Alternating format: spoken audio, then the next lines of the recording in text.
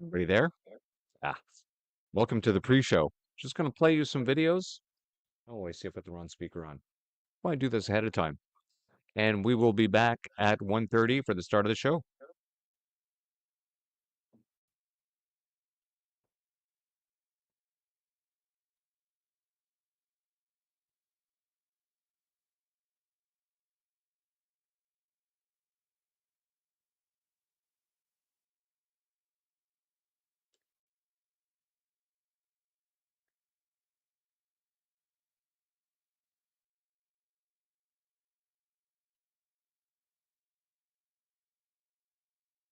We have a disgraceful attempt at character assassination time and time again from the Conservative Party of Canada. That's how low and dirty they are in regards to politics, Mr. Speaker. As the Prime Minister holds the levers of power in this country, every decision that he makes, Madam Speaker, can and will benefit him, Liberal connected insiders, and his corporate buddies.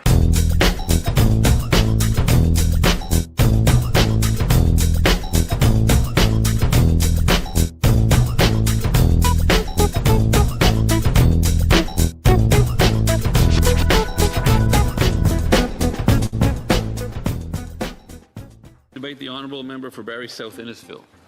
When the Prime Minister said who cares during his visit to the UAE recently about the state of trade talks with the U.S., he meant it, and here's why. No one should be naive in thinking that the Prime Minister left a trillion-dollar company making millions of dollars in both salary and deferred compensations for some virtuous reason to make $400,000 as the Prime Minister to negotiate a trade deal or save us from ourselves.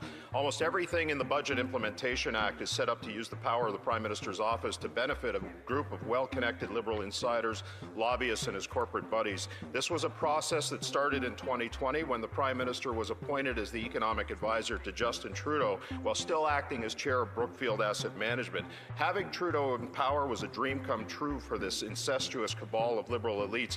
While Trudeau was playing Prime Minister, the pieces being put into place to ensure that many, if not all, of the public financial instruments, green investment funds, and policies the Prime Minister started pushing when he was pulling Trudeau's strings as his economic advisor aligned with Brookfield's strategy and success.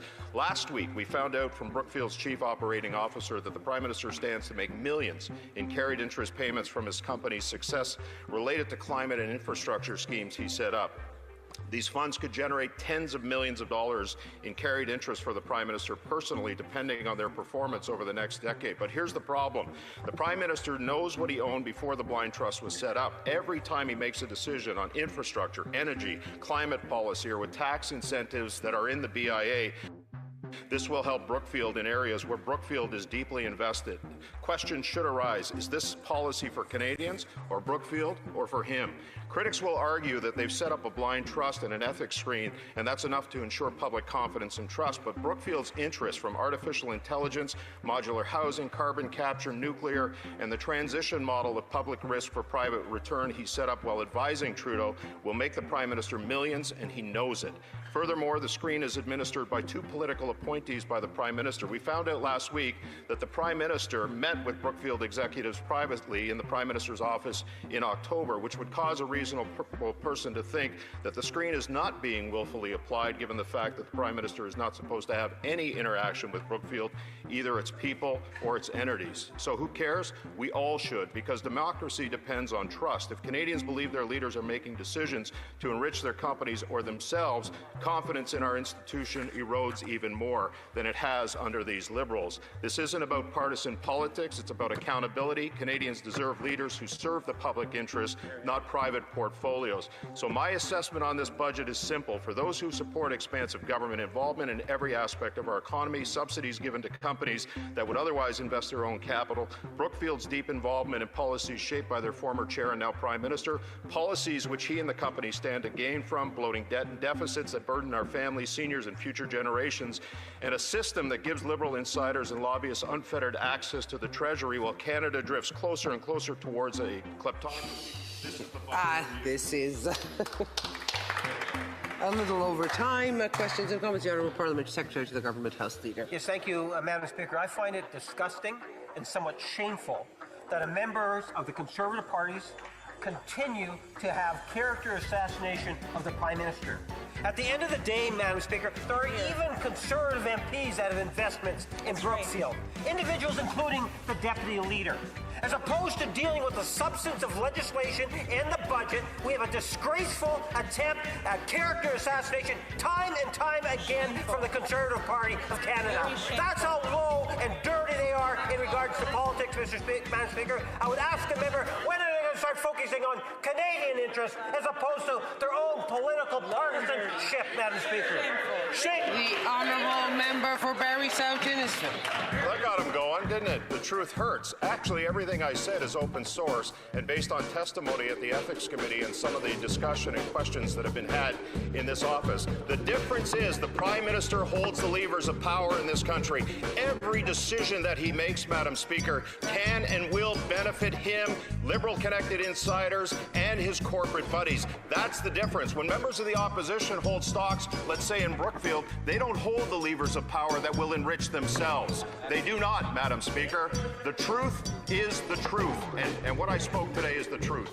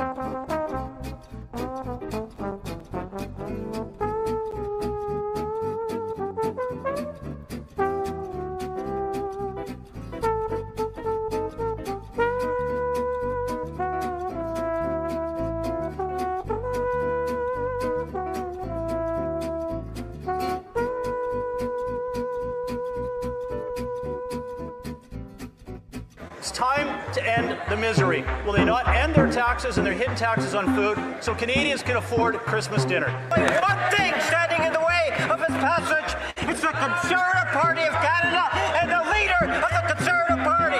Get off their back and get to work.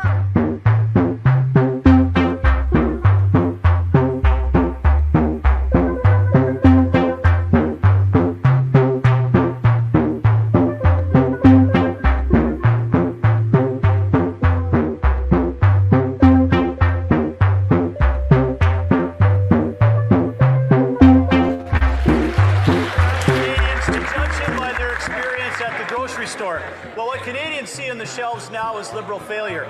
The food price report confirms what Canadians already know. Food prices are out of control and they're going to get worse.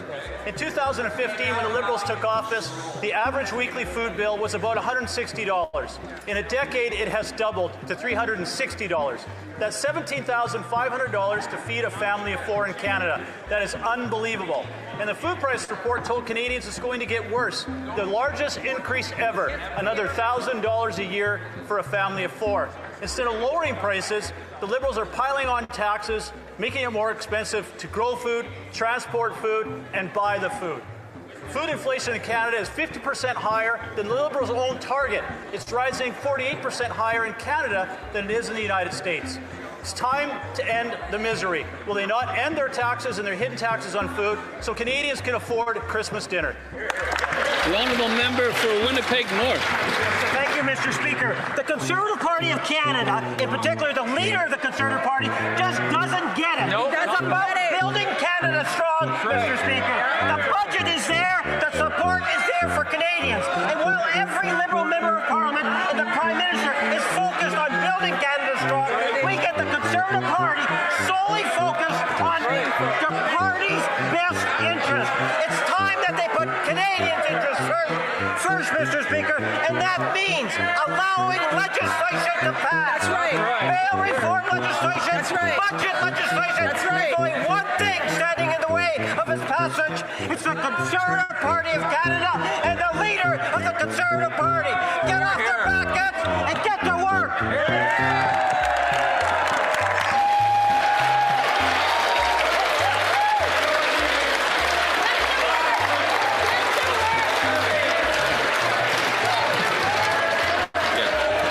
Questions orales, the Honourable Leader of the Opposition.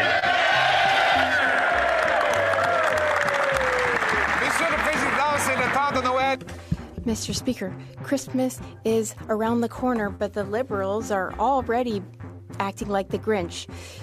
Canadians are the ones who should be unhappy because of grocery costs. They want delicious, affordable food. But according to Dalhousie University, Canadians will have to pay $1,000 more next year for groceries. So it'll be a total of $17,600 a year, and all because of this government's inflationary taxes and deficits. Why is this Liberal government forcing Canadians to feed a big government rather than feeding their families? Mr. Speaker, I know that it's Monday and my colleagues seem happy, yet the Leader of the Opposition seems to be dreaming. He's talking about an imaginary tax. Canadians know better, Mr. Speaker. There's good news in our budget. Our major measure in this budget is a tax break for 22 million Canadians, Mr. Speaker. These measures will help Canada grow. We will grow more jobs. We will grow our economy. I hope the Conservatives are going to wake up before Christmas and vote for our budget, Mr. Speaker. Mr. Speaker, this Christmas, the Prime Minister is the Grinch of the grocery store. According to Dalhousie University, the cost of groceries will be up $1,000 in 2026 for a total of $17,600 just to feed a family of four. The Liberal Grinch, who brings in an industrial carbon tax on the farm equipment, fertilizer, and food processors. The Liberal Grinch with a food packaging tax. The Liberal Grinch with a $78 billion inflationary deficit. Will he get rid of all of these hidden grocery taxes so Canadians can feed themselves at Christmas? The Honourable Minister of Finance. Mr. Speaker, it's Monday and we have good news. Canadians knows it. It's all in the budget, Mr. Speaker. There's a lot of good news.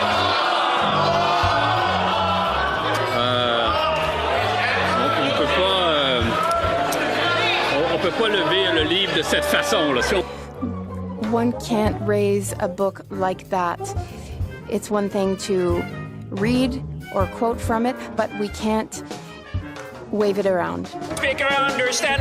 I think that the budget would be a great Christmas gift, Mr. Speaker, to all Canadians. I would just hope that the Conservative would wake up and make sure that they vote for the budget before Christmas, Mr. Speaker.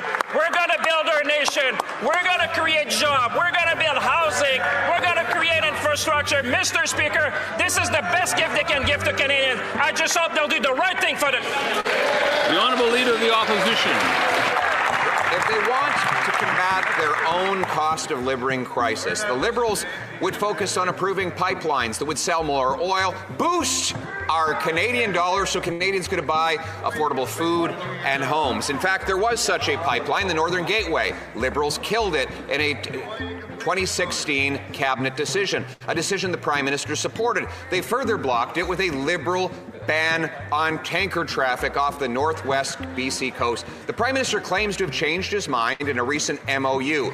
So will he be able to change the minds of fellow Liberals and vote for his own MOU and allow a pipeline to the Pacific? Mr. Speaker, it's a sad day because the Conservatives are divided. The Conservative premiers across this country support this MOU in its entirety. The Leader of the Opposition is seeking to divide this country, and we can see through that cynical tactic. Mr. Speaker, that's exactly what we're trying to do. In the spirit of Christmas, I decided to take a great act of generosity and lift the words right out of the Prime Minister's MOU in order to support a pipeline to the Pacific and a repeal or an overriding of the Liberal tanker ban. Now, of course, it would mean Liberals would have to admit they were wrong to block that pipeline. They were wrong about the tanker ban. Will, in the spirit of Christmas, Liberals admit they were wrong, vote for their own wording, approve a pipeline, and get rid of the tanker ban? In the spirit of Christmas, I'd invite the Leader of the Opposition not to cherry-pick parts of the MOU, but to support the entire MOU, which is what all of the Conservative premiers across this country are doing, which is what this side is doing. It's how we will build strong. Stop being cynical and build this country with us.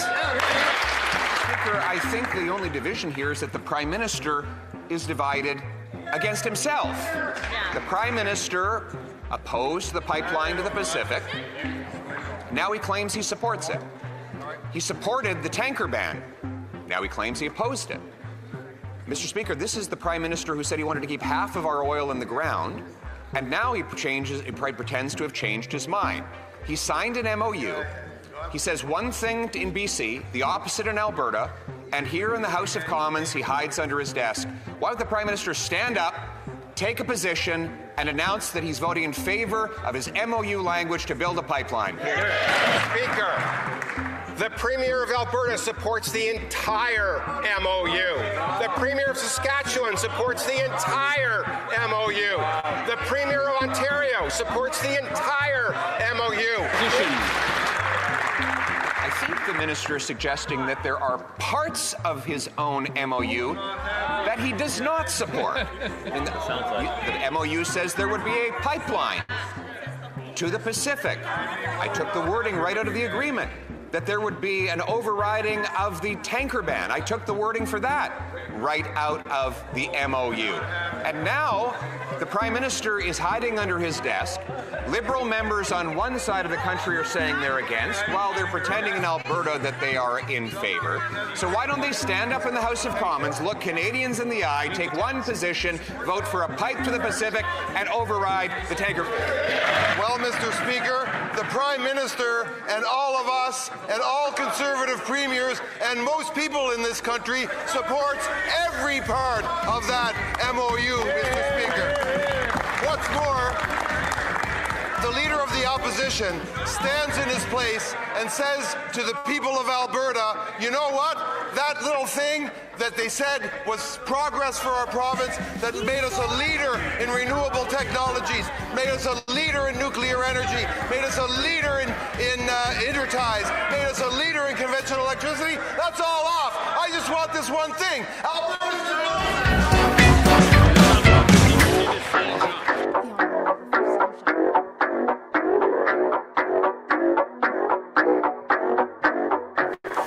Mr. Speaker, no one expected the verdict to be this tragic when judging the Prime Minister by prices at the grocery store. I heard from an 82-year-old woman who was forced to leave her hometown of Cambridge and her family just to afford groceries and rent. And Lacey, a single mom from Cambridge, told local media she spends her days asking, where's the sale? Clipping coupons and skipping meals just to feed her son. This is the reality for thousands of Canadians. Families are forced to buy whatever they can afford, not what's healthy or good for them, if they eat at all. So when so many families, seniors and working adults are going hungry, how can this government possibly justify any more inflationary taxes? Mr. Speaker, that leader's heart was 2 sizes too small when it comes to delivering affordability for Canadians. We cut taxes for 22 million Canadians. We cut the tax for first-time homebuyers. We are continuing to deliver on affordability, school food program, personal service support tax credit. Mr. Speaker, on this side of the House, we're focused on affordability. It's time for that leader to let the light in, let his heart grow, join us in delivering affordability for Canadians. Thank you, Mr. Speaker. The Prime Minister told Canadians he would be judged by the cost of groceries. Well, the 60,000 Manitobans who are lined up at food banks each month have judged him. They judged him based on grocery prices that they haven't come down. They judged him because even though they are working multiple jobs, they aren't able to put food on their own tables. They have done everything right, and this Prime Minister has failed them. So the question is very simple. When will these Liberals end their inflationary spending and taxes so Canadians can afford to put food on their own kitchen tables again? Mr. Speaker, this is a party that voted against targeting the Canada Child benefit to those that needed it the most. This is a party that voted against dental care for seniors. This is a party that voted against the school food program. Mr. Speaker, time and time again, this party has voted against affordability programs. Canadians can judge. Canadians know on this side of the House, we're focused on delivering affordability for Canadians. Thank you, Mr. Speaker. That's right. Honourable member for Brandon Souris. Mr. Speaker, Canadians know the truth about that side of the House, and it's that under them, their grocery bills are still going up. What the Liberals have done has made life more expensive, not less. How much worse does it have to get before these Liberals realize that their disastrous tax hikes, packaging standards, and out-of-control spending that is responsible for 60,000 Manitobans now having to rely on food banks each month just to eat? How can these guys live with themselves? Will they take ownership, cut the red tape and the spending, and bring affordability grocery prices back for hungry Canadians? People from all sides agreed not to make making accusations and using language like that. Is there a list of words that you can provide the committee that you're not okay with? If you're going to sit here and call another member of Parliament a hypocrite, then yes. I believe that he called he did not call.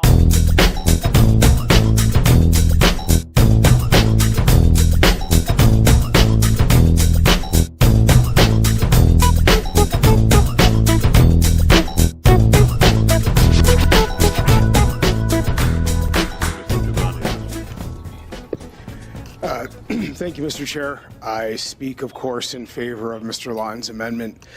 You know, tomorrow morning there will be hundreds, if not thousands, of churches across our country that open their doors to feed their neighbors.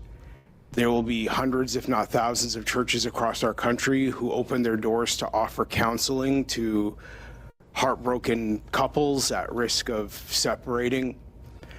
There will be hundreds of thousands of churches that open their doors to help people overcome addiction and a whole host of other challenges.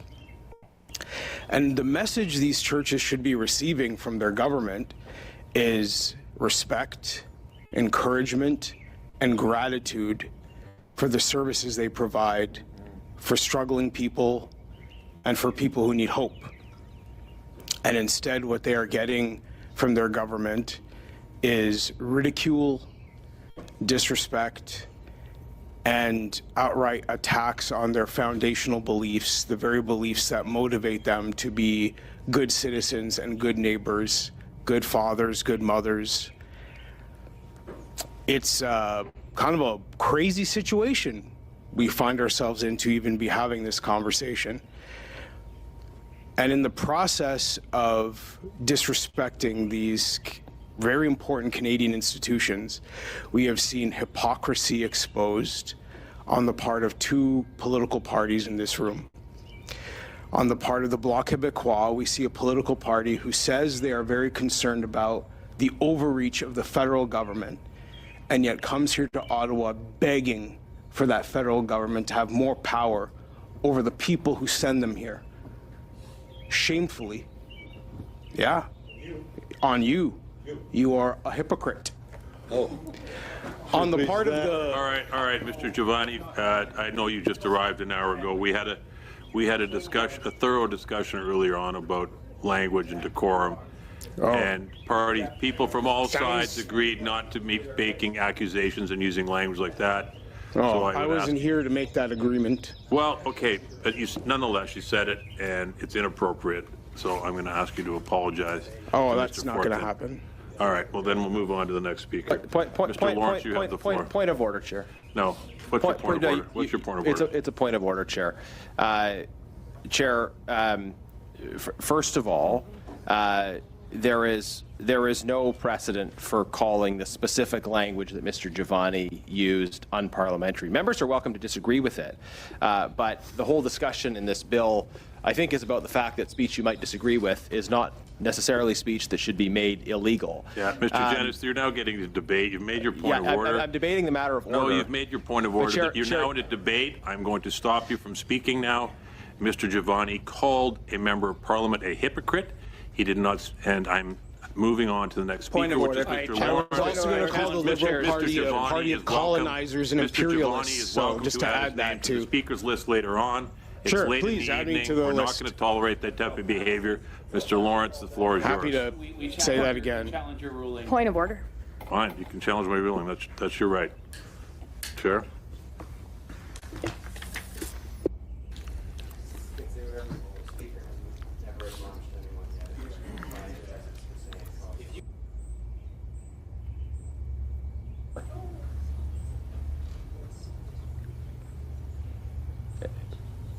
In favor. Mr. Chang. Yes. Madame Dillon. Hey, come on, Jim. Okay. All right, Mr. Lawrence, you have the floor. All right. Mr. Lawrence, please. I wish to confirm Mr. Giovanni's comment that the Bloc are hypocrites. All right, we'll move on. We can do this all night if you want. Point of order, Mr. Chair. Mr. Holman. Yeah. Point of order. Ms. Lansman, yeah. Mr. Chair, is there a list of words that you can provide the committee that you're not okay with? If you're going to sit here and call another member of Parliament a hypocrite, then yes. I believe that he called he did not call another member of Parliament I've ruled on it once. I've ruled on it a second time. This is not the same thing. Mr. Chair. What's your point of order then? My point of order is whether there is a list of acceptable words in this committee. Is that where we're at now? It's not an exhaustive list, so all right. What is the list? Yeah. Okay, Mr. Holman, you have the floor. No, point of order. It's the same incident, but it's a different point of order. Okay. Let's hear it. You ruled on Mr. Giovanni's comment. We challenged your decision and moved on. The comment made by Mr. Lawrence was not impugning an individual member. He made a general comment about a party. There is no precedent at all that I'm aware of, and no standing order that prohibits that, and it is certainly not the same as what you ruled on in the previous member's intervention. Okay. We are free in this House and in this committee to make a range of comments about parties broadly, which are not about people. Mr. Lawton, that's no longer a point of order. We're getting into debate. It is a point of order. Mr. Holman, you have the floor. Christmas time, will he do the right thing, get rid of this tax so Canadians can eat? Mr. Speaker, Mr. Speaker, Mr. Speaker. Mr. Speaker, Mr. Speaker. If the Conservatives want the truth, we'll tell them the truth. Mr. Speaker, the grand reveal has been made. Mr. Speaker. And not only did they see it in that speech today, as the Prime Minister stood with the Premier investing in new nuclear to ensure the jobs of today and the future, they know that the youth... The only thing that's revolting are those answers. Speaker, we will take no lessons from these Conservatives. Trust me on that, Mr. Speaker. Too bad that minister didn't write the Prime Minister's speech yesterday, because it wouldn't have bored and depressed to tears all of those poor students stuck in that room. There he spoke about how they would have to sacrifice more and that it would take time to reverse all of the misery that has built up over the last 10 years. Mr. Speaker, young people want to have homes. They want to have jobs. They want to have hope. They want a budget that is affordable so they can have a life that is affordable. Will the Prime Minister introduce that budget so that Canadians can restore the promise of their country? And we decide what comes next. Canada know that this government has their back. It will continue. There's going to be a powerful statement for the young people of Canada. Driving inflation. The more Liberals spend, the more it costs Canadians at the grocery store. 25% of Canadians are using food banks because they can't afford to eat. So when will the Prime Minister finally get his inflationary deficits under control so Canadians can put food on the table? Mr. Speaker, Conservative members pretend to care about food insecurity, but then they call feeding children garbage. Mr. Speaker, what's garbage was that answer? Did the Prime Minister see the ad before it went out? Hey, of course there are too many people living in poverty in Canada, but there are significant initiatives being put in place by this government. Being serious means being honest and telling Canadians. Canada's economy is in fact growing, Mr. Speaker.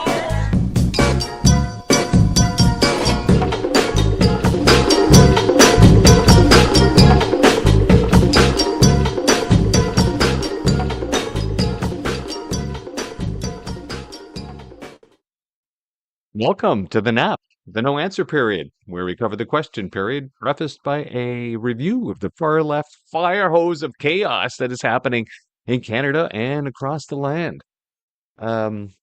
We precede the question period by about 45 minutes, and we will keep covering the lower house until the government decides to stop showing up. We will also keep score during the question period, and how we keep score is described in the description below. And we are streaming on 3 platforms, Rumble, X, and YouTube, sometimes called CommuTube. We'll see how communist that turns out after the CRTC is done with its new regulations coming out next year, which may be affecting everyone. We'll see how that goes. I don't know about you guys, but we're getting a lot of snow where I am right now in Quinte West. It is snowing like a mother trucker out there, and it's that thick, heavy, wet snow. It's above zero, so it's coming down flakes, but it's landed and just turning into slush. I've already been out shoveling in the past, 12 hours several times just to try to keep the old ticker going pretty good without having to overexert myself. So once we're done this platform today, I expect I'll probably have about a half foot out there to go and slush about again. So let's get on with this show. Thank you all for coming. I really appreciate it. I thank all my followers and subscribers for doing so. And please give us a like, thumbs up, share, subscribe. Chat is up also. Feel free to comment, ask anything. And comments, if you're watching on repeat, if you comment down below, well, that drives the algorithm when I'm not driving it down with my words. And if you leave a comment, you will get a response. So at the end of that last video, if you're watching before the show started at 1:30, it's one of the videos I posted earlier this morning. The Justice Committee was sitting until 11 last night. They had several hours of support for, and of course they couldn't spend that entire time there. They had to go into the House for votes as well. So there was a couple of disruptions there. So they didn't get their full 8 hours. I think it came in under 6 hours. It's a long time to be in committee, I tell you, especially around people who don't share the same values you do. As you could see, the House has decided that the Justice Committee needed a new chair, somebody that was more of a bully, someone that was more able to coerce people within the committee, and somebody who just doesn't care whatsoever. I think I have a video showing you how much he doesn't care later. But while this committee was going on, there was this little video that Janice uh, Garnett, Genuous, put out while the committee was happening. So let's go over to that. And what did you do with my video? Or did I not have it?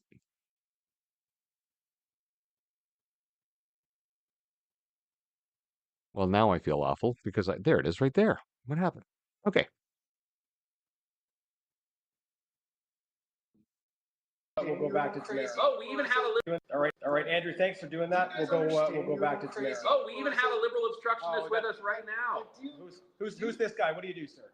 John Paul Danko, MP for Hamilton West. Okay, we got a liberal MP here. We got a live stream. Explain why you don't think you should have the right to preach without fear of prosecution. It's protected by the charter. You know that. Then why did you pass the amendment? Why did you pass the amendment? Okay, all right. So we got a liberal MP. No, join us. Stick around. You stepped into the live stream stage. You're up. Okay. All right. He's running away. He's learning from his prime minister. We got a liberal MP who comes into the middle of our live stream, tries to interrupt it, and then walks away in the middle of the conversation. Yep. Take note of that, folks. He wants to interrupt the live stream, but then when we say, come on board, join the debate, we want to have you part of the conversation, he walks away. This is exactly the liberal attitude towards speech.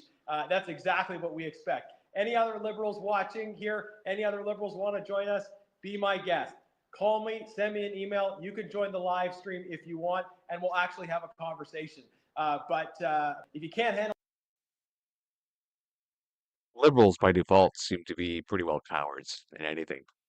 I mean, I'm sure if you looked at the makeup of the MPs in the House, I'd probably actually it's probably the numbers are probably bad on both sides, but I wonder if there's just far more people who actually served in the Canadian Armed Forces at any point in their life on the conservative side as compared to the liberal side.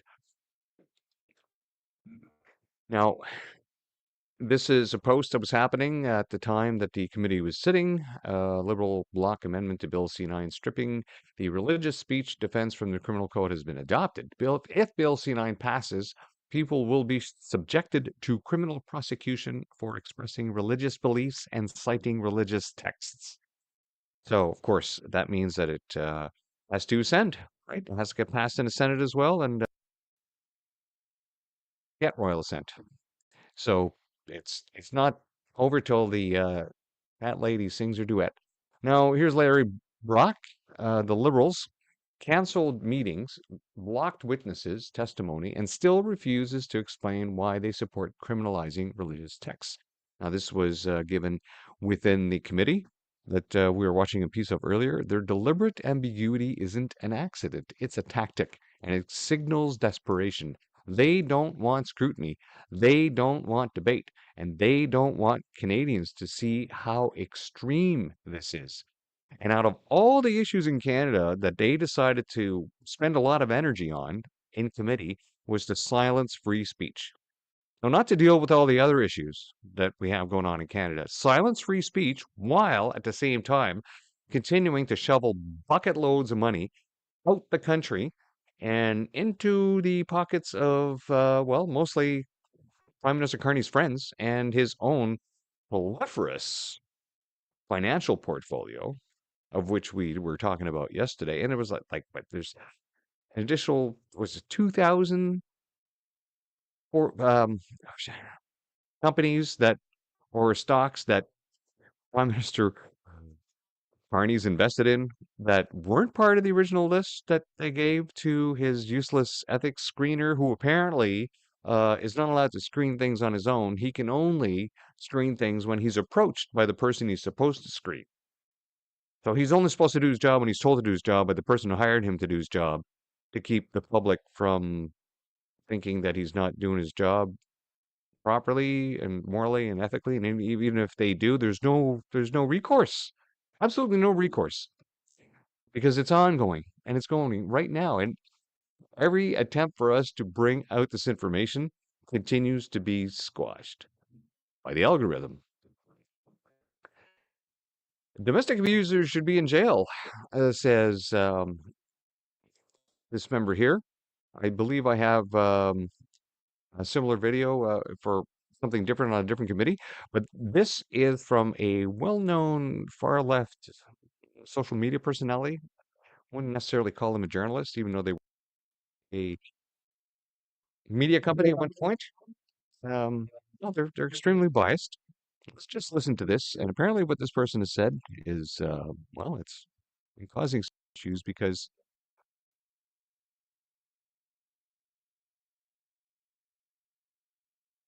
I have a question for both of you. So it pretty well exemplifies what's going on With the in the leftist rise brain. of intimate partner violence up 76%, do you agree that the laws need to be tightened so that we can protect women? An incredibly vague question. Do you have specifics? Yeah. Well, I'll give you an example. We have a family that had a bond put against their daughter's partner, who was out on bail, not once, not twice, 3 times, and eventually killed her, shot her 4 times, once in the eye. My question is, how do we protect innocent women against men that instill violence? Do you not think that he should have been kept behind bars? So is that not pretty well easy a yes/no question? Like, the answer should be, well, of course. And then you go into a preamble or postamble or whatever you want to call it. But listen to this response.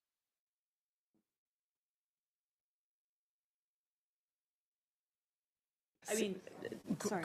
I was just going to say that, I mean, so are you specifically asking about tightening bail laws? Yes. Is that specifically? Yes. Okay. Because in the context of bail laws, I think that while you know, there are aspects of the bail system that need reform. The bail system, you know, currently in Ontario, if I don't have the figures handy in my head right now, but my understanding is that there are more legally innocent people currently incarcerated than there are who have gone through the justice system. And we talked about this before on this channel. It's an increase of from 30-some% to 82% of the people are in remand in jails in Ontario, not prison, jails. There's a difference. And basically that means that they're waiting to go to court. So waiting to be proven innocent or proven guilty, who knows? So their assumption that they're innocent, they have to go through the court system that has been progressively delayed and extended for the amount of time to get yourself a trial on purpose. Let's hope what happened in the UK doesn't happen here, whereby they've decided now to arbitrarily do away with trial by jury completely, only for because they have so many crimes now they have to deal with in court, right? Because they've spent all their time arresting 30 people a day for hurdy words. But let's get back to this. Been found guilty and been incarcerated. So I'm not sure that just putting more people in the carceral system in that respect is necessarily the answer. But you know, there are a lot of people who are more qualified to speak to the aspects of you know, tightening the bail system or not than me. But I will say that the ways in which it's broken aren't necessarily going to be solved by just, you know, arresting more people and putting more legally innocent people behind bars.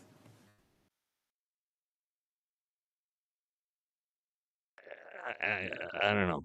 I got nothing. You were just given a specific scenario about a woman being shot 4 times. And one of those times through the eye socket. And that's your answer? Wow. Wow. So while we look at Parliament every day, we also look at their order paper. Every day there's an order paper that comes out and it lists a bunch of stuff. Right now, there's been some questions added from this week to it. And for today's paper, it's listing December 8. Of course, today we are December 10. That means the questions from December 9 have not been put in. So I'm seeing a 2-day delay. That's fine. Oh, I had a piece. I just went and scrolled by, didn't I? It was at the bottom. And of course, it had to do, you know what? Control F. Oh, look, Brookfield. That's not the Brookfield question I was looking for, but there seems to be a lot of Brookfield asset management questions. So make sure we're doing the right thing here. Oh, go near the bottom. With regards to meetings or communications between the government and Brookfield Asset Management or any of its subsidiaries, including Brookfield Infrastructures, blah, blah, blah, blah, blah. How many meetings or communications have occurred involving the Minister of Transport, the Deputy Minister, senior officials, right? So they're apparently all the stuff they told us wouldn't happen is happening, right? They're basically, here's the other, I know there was another one.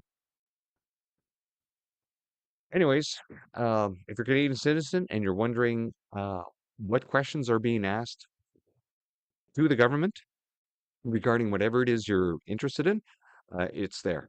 And if it's not there, then contact your member of parliament and ask them, can we get an answer on this? Enough people contact their member of parliament, they put the question in. Maybe. It all depends, right? Who's running the party? Is the party going to allow even that question to occur? We have no idea. We have no idea how ideologically compromised our Liberal MPs are, given the authoritarian legislation they continue to push. Remember, why are they so fixated on silencing free speech? Well, maybe it's because they're spending close to 30 grand a year on subsidizing most of the mainstream media in Canada, the media that is provided the positive algorithms within social media, so they're always upfront. And of course, they can't make it on their own. So every Canadian citizen, yeah, you're subsidized, and it's not just the journalists; it's everybody. Every single person in there is getting subsidized anywhere between 27 to close to 30 grand a year from your tax dollars just to keep them alive. And that's why they pretty well parrot and repeat the same things the government say, especially when it came to the story of the MOU, didn't it? If you've been watching about the MOU, the things they've been saying, oh no, we have to vote the whole thing in, right? And then you have the mainstream media that's being given 30 grand a year, close to that, for each of their members in their organization per year, repeating the same cognitive dissonance that the Liberals repeat in the House. Let's just give you a comparison, right? So they're saying, oh, you're just cherry picking. Okay, well, let me put it to you this way. If you're building a house instead of a pipeline, and I have an MOU for the house, right? And I'm going to go ahead and I'm going to build a house. But that one part of the MOU that says I need to get the land for the house, I'm not going to confirm that part. I'm not going to confirm that part. Doesn't that sound ridiculous? Like, why would you go through the whole plan of building something, but not even confirm the one thing that you need, which is the land to run the line through? Or in this case, if you're building a house, even have the land to put your house on. You can have all the MOUs you want. But if you're not serious about pushing it through. Now, here's Candace Malcolm posting a video. CTF Director Chris Sims explains that the government funding for news outlets combined with increasing censorship threatens the public's ability to find trustworthy independent reporting. Now, this is a clip from another video that they had today. I think she has an interview with a former member of CRTC, who's now a journalist. You should look for that. It's a good one. Chris Selly, that's who she interviewed. And we will give it this a listen. You can't trust what you're hearing from journalists and your news media sources, then how are you supposed to hold the government to account? How are you supposed to write to your MP? How are you supposed to make an informed decision when it comes to the next election? How can you actually energize your neighborhood to get out there and door knock if you can't trust the information you're getting? Which leads us to the critical importance of journalism and censorship in Canada. In Canada, the government is tightening a vice on us. The vice from back in shop class, okay? It's attached to your workbench, and you spin it and spin it and spin it as it gets closer and closer and closer and tighter and tighter. On one side of this vice is the fact that journalists are being paid by the government. I know, even 10 years ago, say 15 years ago, this would have been unthinkable. If you had approached any of my old salty news editors and said, hey, boss, we should go on the government dole. We as a newspaper or a radio station or a TV station, we should be funded by the government. He would have laughed me out of the room and said, go cover traffic. Go get some work done. Go find a story. But now it's become the norm that huge chunks of the mainstream media in Canada outside of the CBC, huge chunks of the mainstream media are paid by the government. It's wild. The great researchers and journalists at Blacklock's Reporter, who are not funded by the government, they're estimating that per media company employee now, if you layer in all the funding and subsidies and tax credits and all that stuff, it adds up to around $27,000 or $30,000 per employee. That is astonishing. So we've got government-funded media on one side of this vice. On the other side of this vice is censorship, okay? Government controlling what you can hear, see, and share online. Now, of course, that government censorship usually shows up in a velvet glove. It's only to make sure that you're getting Canadian content and you're listening only to Anne Murray and you're only eating beaver tails with maple syrup on it. It's all for Canadian content, folks. What about the unintended consequences? Making it so that you can't actually find that Firebrandy type podcast that you really like listening to. What happens if all of a sudden that independent media organization that you trust is super hard to find in your... And that's why, like, share, subscribe. If you want to keep your independent media, you have to keep your links to them. A lot of medias, independent, especially independent medias, will give you daily updates in your email as well, always guaranteeing you that link. Now, of course, the CRTC, with their mandate to ensure that we have only Canadian content, or mostly Canadian content, and that we promote Canadian content. Obviously, what they ended up doing with canceling the availability of independent news on Facebook because of their money-grubbing ways, only harmed us. And that was all part of the same digital legislation. And that DST, that digital services tax that they canceled ahead of time, that was another disaster waiting to happen. It's just incredible how much the Liberal government is going out of its way to control information because they know that is the only way they can maintain power. Because everything they are doing is just going to complete shite. Absolutely everything. So the only way they can stay in power is for you to believe their lies. And obviously, they are funding these lies with your tax dollars through the media. The media, by the way, which is allowed to lie to you because they got rid of a law in 2019 that used to say that if you lied in media, you could go to jail. Yeah, you could be charged or fined or anyway. But there was a law saying that you couldn't do it. You couldn't mislead the public on purpose. The Liberals did away with that law because all they've been doing is misleading the public with everything that they do. They will present to you, like Chris was saying, a velvet glove in one hand. Oh, we're going to help you with this. Meanwhile, the other hand is doing so much fuckery because you're not seeing the other hand because the media is keeping the other hand out of the news. Now, the Bloc, the Green, the Liberals, NDP do not want a pipeline in Alberta Coast, and this, of course, was the final vote result for the MOU, which obviously says that the far left politicians, the majority of which are in Parliament today, do not want prosperity for Canada. No, not in Canada today, where 2 out of every 3 jobs right now is paid by tax dollars. That's insane. We are ready to collapse as a country because you can't have that many government workers and so few people actually doing real work or real business, which is the only thing generating some kind of income that obviously the government is going to keep taxing to death as more and more businesses continue to fail across all the spectrums, all the industries. They're all shutting down, they're all leaving. And everything that they do is a direct result of it. And the response is usually just acting more like the bullies that they are. Oh, we're going to sue you. We're going to just... Guys, you got to work with people. How's that big hate campaign that you guys have been doing with the United States working out for you so far? Okay? How's that helping out people in Canada? Oh, no, it's not helping at all. All they did was increase your fortunes. Now, there's a good reminder here from Jordan Peterson on the type of tyranny that we are being exposed to under Mark Carney.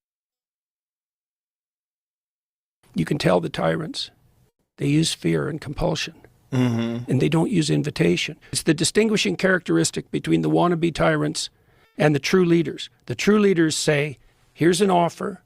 Would you accept this of your own free will? And the tyrants say, the apocalypse is coming and everything, and we are allowed to do everything to forestall it. Right, including control you and everything that you do.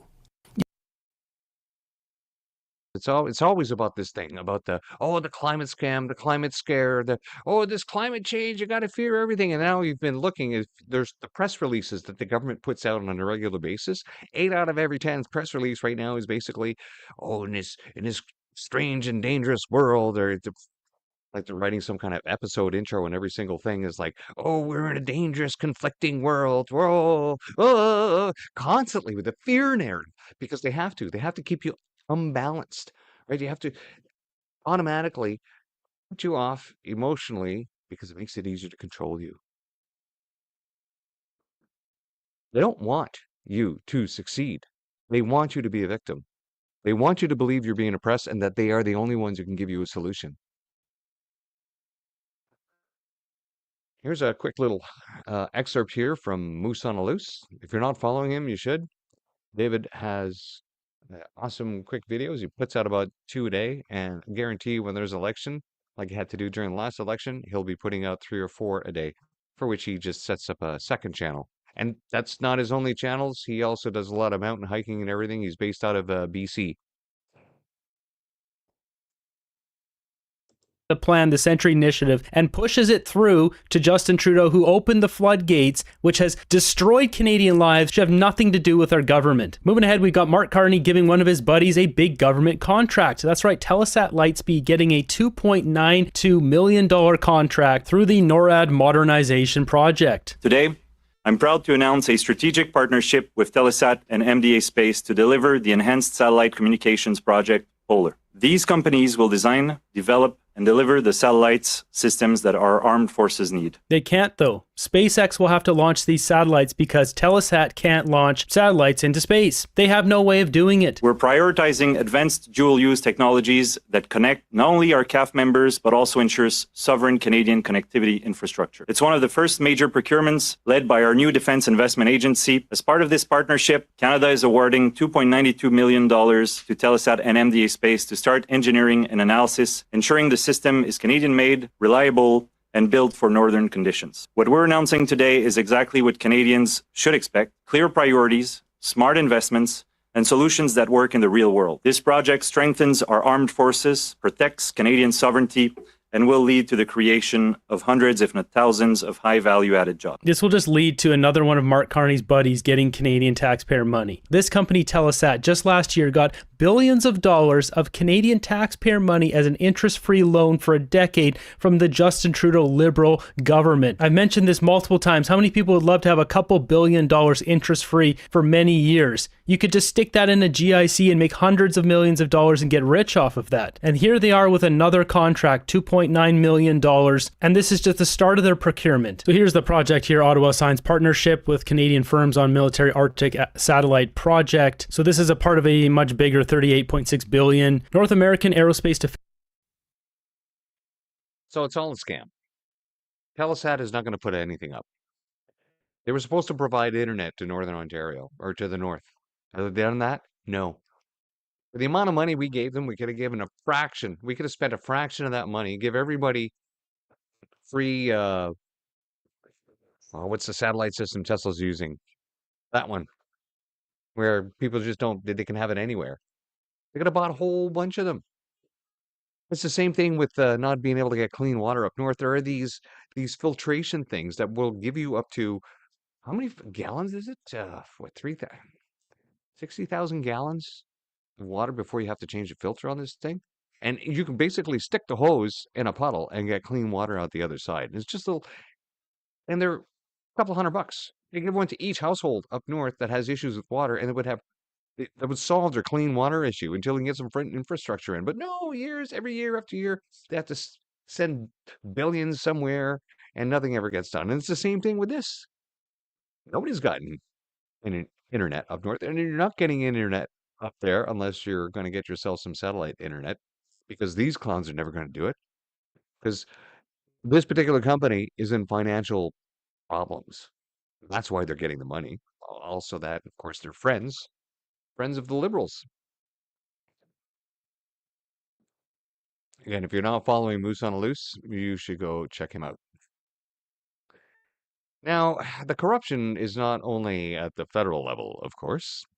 And here you have this corruption, these bloody progressives. Now, just remember, progressive conservatives are not conservatives. They are progressive. That means that they're leftist in a blue suit.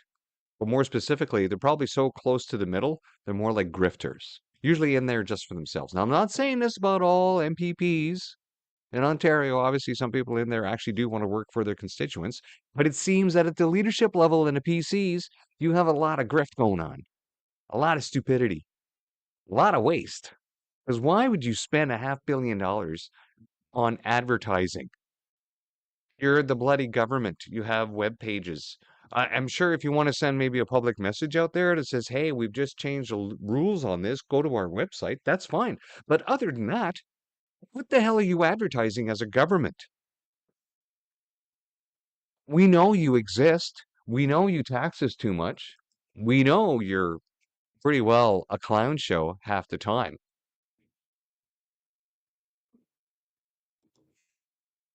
Back in 2018, when he was first running to be premier, discussing about Liberal government's so corrupt, they're all just giving money to their buddies. He comes in and literally does that to the highest degree possible. Like the hypocrisy is off the charts. So let me get to a clip here from Mart's.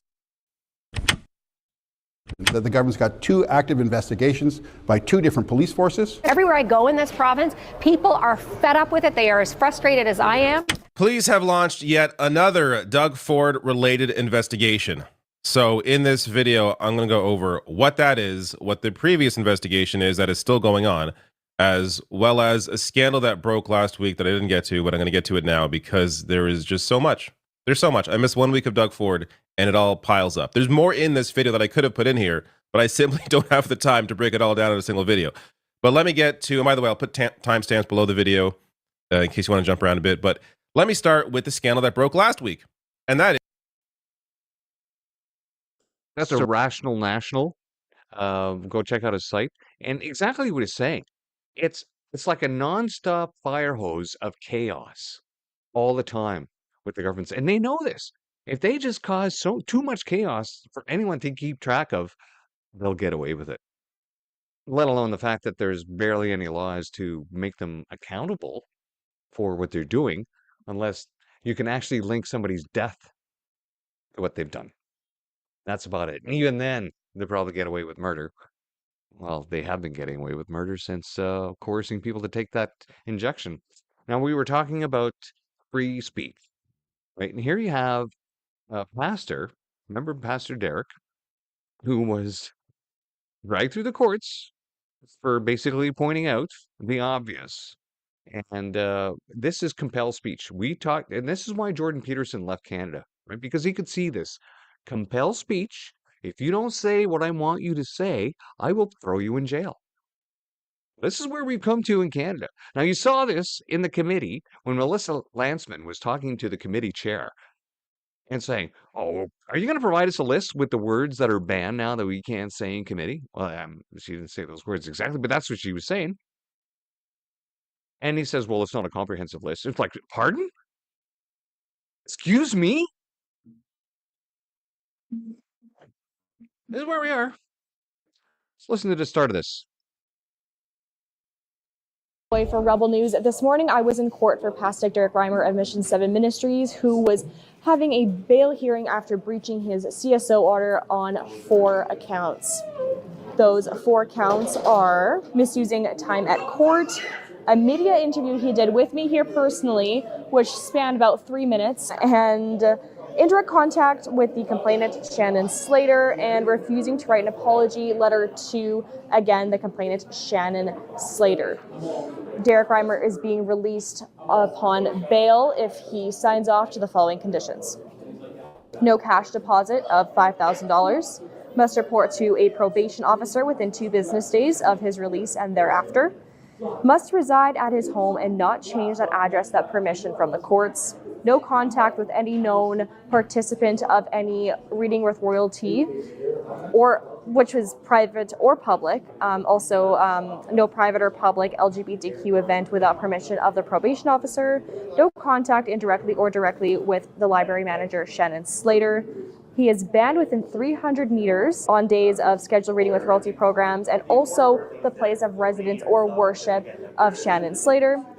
He is not permitted or owning or carrying a weapon, must not intentionally interfere with anyone trying to participate in any LGBTQ event, and he is banned, ladies and gentlemen, believe it or not, from using any electronic device to access social media. He is banned from social media. This is something we saw with Tamara Leach and Chris Barber, those who led the Freedom Convoy. Their speech was thereafter completely diminished online. All right, Andrew, fill us in. What happened in the courthouse today? What's going on? Rebel's been covering this a bit. The last time I think you were here in this spot doing an interview with somebody related to the Derek Reimer case, I think that was Derek himself. Yes. So something interesting happened after the interview. It's been 3 years of constant legal battles, tooth and nail, every single time. The latest one is that they said that because he didn't go straight home after his court appearance, he said to talk to you for I think it was 3 minutes after his last appearance, he was breaching his conditions, arrest him, put him away, and hold him until you get your bail spoken to. So that's what happened. We had to fight to get the bail even heard last Friday. It took quite a lot of sweat to get and judge to even think about hearing the bail hearing at all. Possibly. That's the fascism we have in Canada today, folks. These are fascists. The process is the punishment. And this all started because somebody got offended by a few words. That's right. They're not allowed to offend people anymore in Canada, or they will throw you in jail. Now, of course, you're allowed to offend the right people, right? Because in cultural Marxism, some people are always more equal than others. And that's the wokeness. When people say woke, that's diversity, equity, inclusion. Diversity of thought? No, that's the opposite. Diversity for everyone but you and me. Equity? No. That's not equality. People think equity is equality. Equity means just redistributing everything down to the lowest common denominator. That includes everything down to the lowest common denominator. It's the expectation it's the bias of lowered expectation, because you will always have lowered expectations under equity. And inclusion? Yeah, well, only the special people get included. Everyone else gets excluded because they're not the right kind of inclusion, right? Like Derek, he's not allowed to have his inclusion. His diversity of thought is not allowed. And his equitable punishment? There you have it. Now, the most troubling, of course, social media. Now, this, of course, is creeping into legislation. This, I believe, is in Bill C-5, whereby it would allow a minister to arbitrarily just cancel somebody. You're not allowed to have access to electronic media, and you're not allowed to tell anybody that you don't have access to electronic media. This is the kind of fuckery that the Liberals are putting into their bills. They are anti-civilizational, anti-Canadian, anti-human rights, anti-constitutional. They proved it already with the Emergencies Act. The court said you were unreasonable, and they're appealing it. And now, of course, yesterday we find out that documents that have been asked for because of the court proceedings, the government have destroyed to hide their accountability. That's how these monsters work, in darkness.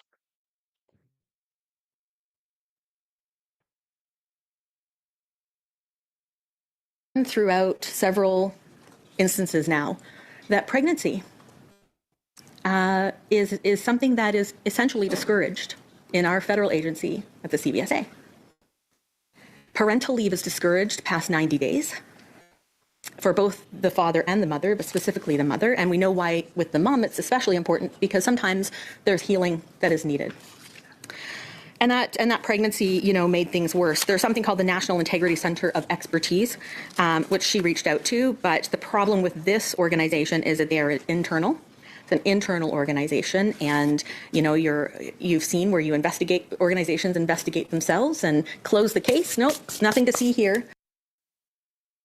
So that kind of institutional abuse that she's talking about right there only happens when you have poor leadership. And after 10 years, over 10 years now, of liberal incompetence, placing all their incompetent people in all positions of power throughout the government, has led to situations like this. And I can tell you, I know exactly what these rules are. I had a lot of subordinates within my career over the years, and I've seen the progression of federal laws regarding what the kind of supports that they started to give to families, and not just to the women, but the husband also can take parental leave. And it was an acceptable thing. These are the rules. And especially in the military, when you sign on the dotted line to give over your life, possibly if necessary, right? Because it might be the ultimate sacrifice. And that's the whole thing about it. It can happen. That's the job. But if you have a woman in the Canadian Armed Forces who gets pregnant, well, that situation changes now. Now, depending on your trade, well, then you might have some limited ability on the kind of work that you do. When I'm working in the Air Force, in aircraft maintenance, you got to remember, aircraft hangars are just nothing but a giant garage for airplanes. And we have far more toxic fluids to deal with in that area and space than a regular garage does for cars. So when our women would get pregnant in the RCF, we immediately had to move them to a job that was away from the hangar floor. And that's just an accepted reality. Every once in a while, you would have managers that goes, "Oh, man, well, look, it's just a reality. It's not our fault. The career manager only gives us so many positions, and the government, right, makes us move these chess pieces around within the unit. It's just the way, and we had to work with what we have. But the reality is, you can't increase your civilization unless the women have babies. And our birth rate is already way down in Canada. People should be celebrating having new life in Canada rather than celebrating killing it like this government does. This death cult called the Liberal government that pushes MAID on veterans and homeless people and people who are so desperate now that they have to make choices between heat and food because of this liberal economy. So in some ways, it might be a blessing not to bring a child into this Marxist shithole that the liberals have created. Now we're getting very close. We have enough time to watch this video of liberal cronyism. Cabinet ministers a goal. But while families are tightening their belts, this prime minister is preoccupied with his Brookfield bondholder and banker buddies. He's inserted into this omnibus behemoth the 634-page Bill C-15, a provision that hands his cabinet ministers a golden key to unlock any federal law for his favorite companies or buddies. A law, with the exception of the criminal code, it doesn't exempt the criminal code because I guess, Madam Speaker, Liberals draw a line at giving a free pass for things like kidnapping, theft, or murder. But everything else is up for a get-out-of-jail-free card. King's hands. Madam Speaker, exemptions from environmental protections, transportation safety rules, tax remittances, labor standards, you name it, all gone for anyone that they decide. And it's all justified with buzzwords like innovation and competitiveness. If they decide that someone or some company shouldn't have to abide by the law, they won't have to. And who decides if this bill is passed? The Prime Minister or one of his ministers, alone, in secret, based on their own fuzzy definition of what they call, quote unquote, the public interest. No parliamentary debate, no transparency, no oversight. Taxpayers will foot the bill for whatever mess they create or whatever goes wrong. And their well-connected friends or companies, they're off the hook. Tough luck for average Canadians. Think about it, Madam Speaker. Your average Canadian entrepreneur, the small business owner, has to jump through all of the hoops to get their business started or to expand their enterprise. Environmental assessments, CRA audits, safety certifications, the works.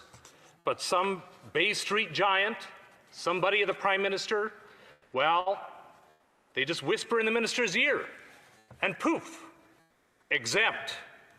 Exempt from taxes that everybody else is expected to pay, from consultations that everybody else is expected to do, exempt from fishery quotas, exempt from workplace safety regs, exempt from environmental regulations, exempt, exempt, exempt. Now, Madam Speaker, let me be clear. I agree with those who legitimately say that these Liberals have made Canada uncompetitive with the rest of the world. It's true. Ask any entrepreneur these days, and they'll tell you that they agree that it's nearly impossible to keep a business alive in this country anymore. Liberals have added too much red tape, too much in taxes, too many forms, too many regulations, too many rules, too many reports, too many restrictions, too many, Madam Speaker.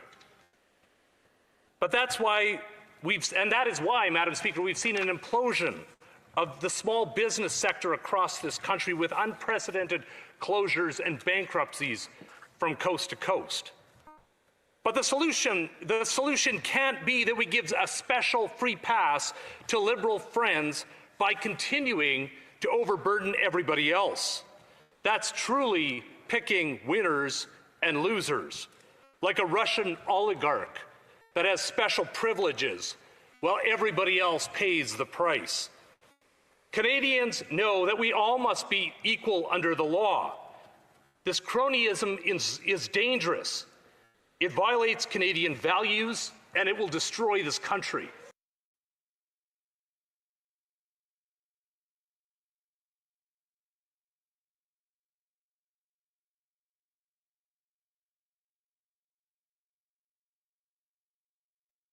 I am here. They are still doing statements in the House. The question period is very close to starting. Yeah, still statement by members. Let's give us a camera. There we go. So, First Nations have banned the Nova Scotia Premier Justice Minister from all banned lands. Now, what the hell happened here?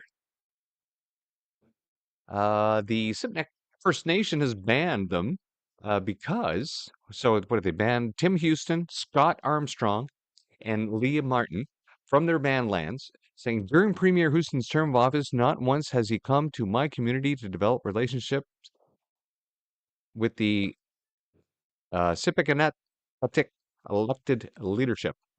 So what's going on here? Well, basically, the ban comes 1 week after Armstrong called on the RCMP to step up efforts against illegal cannabis shops in the province, including those on reserve lands. What the hell are they thinking? You can't be doing that. I don't think you understand. I don't think they understand the kind of activist power that these bans can basically mobilize across Canada if you start doing this kind of crap on their sovereignty. Now we have reserve down the road past Belleville before Napanee, and they have cheaper gas. They have cheaper everything. And they could probably give us a lot of stuff there even cheaper, but it's still cheaper than everything else. And within the community here, within Ontario, nobody really cares. And I can't imagine if the OPP went on the res and decided to shut down the shops there, it would be insane. There would be protests. No tomorrow. I don't think they realize the powder keg that they are trying to set off here in Nova Scotia. So still statements by members, or is it? Oh, looks like, even the leader of the opposition is standing up for a statement. Well, let's move on over. Let's move on over. Go straight to the site. And we have the House sitting. And there he is reading a statement. And it's probably the last statement before we get a response from the Liberals before question period starts. So let's go back to the beginning of the statements and then we'll roll right into question period. That is my prediction.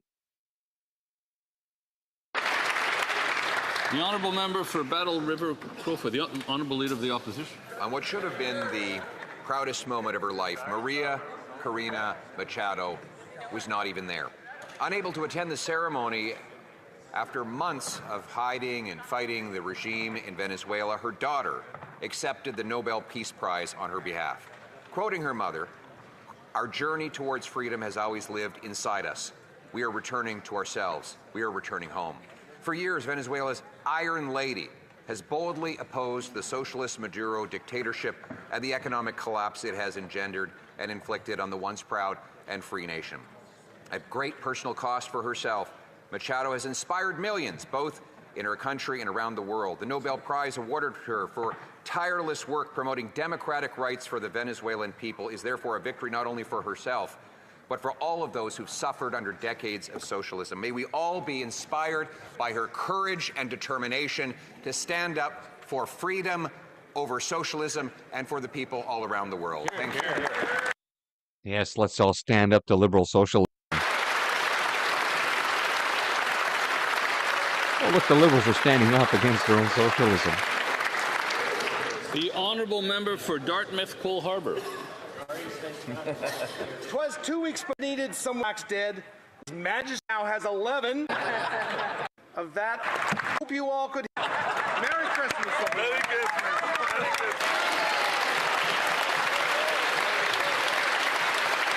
Hopefully that was the last statement. Now let's get on with business. Oral questions, questions orales. The Honourable Leader of the Opposition.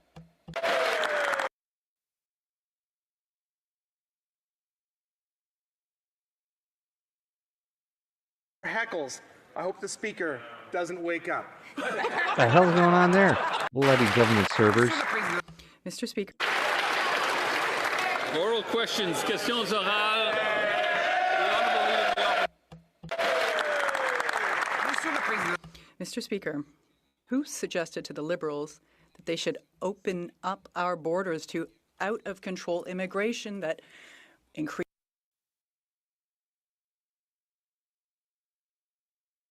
for Canadians and put so much pressure on the healthcare system while causing the decline of French? Well, it was Mark Wiseman, ultra-liberal, the head of Mouvement Siècle, who suggested that the population of Canada should be tripled. Why is it, Mr. Speaker, that every time someone brings into place politics that are against our interests, the governments appoint them? First off, because it's tangentially connected, we want to wish the best to our ambassador, Kristen Hellman. Mr. Speaker, she has been of incredible service to our country, and she continues to guide us well and offer good counsel. Mr. Speaker, the Leader of the Opposition is mentioning a policy that has never been and will never be the government's policy. The Leader of the Opposition.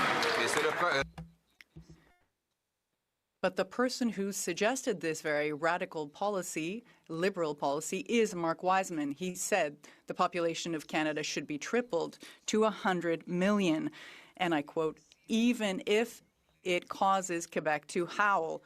This is someone who has shown contempt for Quebec. and will not negotiate, cannot negotiate for Quebec. He suggested policies that would increase the cost of living, took away jobs, and increases the cost of our healthcare system. Why would he want to appoint this person as an ambassador? The Honourable Minister. You'll allow me, Mr. Speaker, to also commend and thank Madam Hillman for her service to Canada. I've had the opportunity to work closely with Kirsten over the last few months. I truly appreciate her friendship and her work for Canada. I understand the Leader of the Opposition is trying to extrapolate a number of faulty elements of certain aspects that he's mentioned have never been and will never be the government's policy. I understand he's trying to get a clip on tonight's news, but this won't be the one. Opposition. Canadians have wanted to know who came up with the idea of radical open doors, liberal immigration that overwhelmed our healthcare, housing, and job market. Well, it turns out it was Mark Wiseman, the Prime Minister's corporate crony, longtime Liberal elite, and head of the Century Initiative, whose stated mission is to triple the population of Canada to 100 million people, a policy that is designed to profit multinational corporations by driving wages down and housing costs up. Why is it that every time somebody comes along with an idea that harms Canadians and drives up their cost of living, the Prime Minister gives them a promotion? The Honourable Government House Leader. Well, Mr. Speaker, I wish to reiterate my thanks to our outgoing ambassador to the United States of America, Kirsten Hillman, who has furnished incredible, loyal, and very insightful services to the people and to the Government of Canada. Mr. Speaker, I think our country owes her a debt of gratitude. And once again, the policy that the member across refers to has never been and will never be the policy of the Government of Canada. Except that that's the exact policy you guys have been doing since you've been about. Speaker, every time a Liberal insider does damage to Canadians, drives up their cost of living, they get a reward. It's not just with Mr. Wiseman, it's the Prime Minister himself. His policies are driving up grocery prices for the year to come. And what did he do as punishment for himself? Gave himself an $800,000 privately chartered flight to Egypt, where there were meetings happening in which he had absolutely no role other than a photo op. Why is it that Canadians need to line up at food banks so that he can go jetting around the world for photo ops? The Honourable Government House Leader. Mr. Speaker, I know in the spirit of the holiday season, the Leader of the Opposition is not surely not suggesting that the Prime Minister not attend as auspicious an event as the ceremony with respect to peace in the Middle East and Gaza, and joining multitudes of other world leaders at that occasion and representing and making Canadians proud for his attendance at that event. The Opposition. Mr. Speaker, the Prime Minister was conspicuously irrelevant at that meeting, where he had played no role whatsoever in the agreement, and yet he charged Canadians $800,000 for a privately chartered jet. Apparently, his own prime ministerial jet was not good enough for him. He does this while he imposes an industrial carbon tax on farm equipment, on fertilizer, on food processors that has driven 2.2 million Canadians to a food bank. Why is the Prime Minister being the Grinch of the grocery store, charging taxpayers for flights when Canadians can't? Actually, he had to use a private jet because he's overflown the Polaris for the armed forces, and they need maintenance. There's no flying hours. I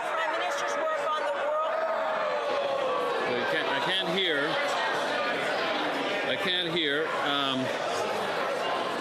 Also, I just would like to mention to the honourable member for Oakville West that I could hear her all the way here. So if we could keep it a little lower. We will now go to the Honourable Minister of Foreign Affairs.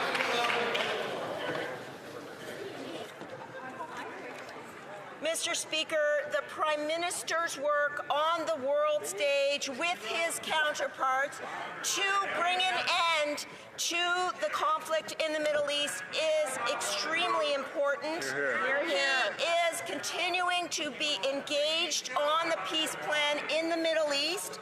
The plan, in fact, reflects Canada's long-standing positions that Hamas should have no role in the governance of Palestine, and the ceasefire provides an opportunity for the Prime Minister and other world leaders to continue to work on humanitarian aid for the benefit of all.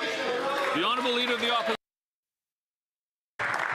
Mr. Speaker, the Prime Minister's refusal, even though he's in Ottawa, to answer my questions directly is not keeping with the Christmas spirit. And he's going to, this is at a time when he's driven up the cost of living so much that 2.2 million Canadians are lined up at food banks, that food prices are going to drive an extra $1,000 under the grocery bills of Canadians next year after he imposed higher taxes on farm equipment, fertilizer, food packaging, and more.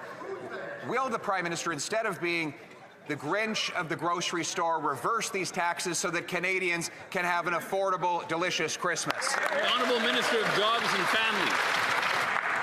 Mr. Speaker, while the member opposite talks about imaginary taxes, Canadians know exactly what's going on, and it's related to climate change, Mr. Speaker. Our thoughts are with the cattle farmers in the western provinces this year, Mr. Speaker, who have faced unimaginable loss of crop and loss of cattle as a result of drought, Mr. Speaker. That's driving up the price of beef, something that we can't actually control right now. But you know what we can, Mr. Speaker?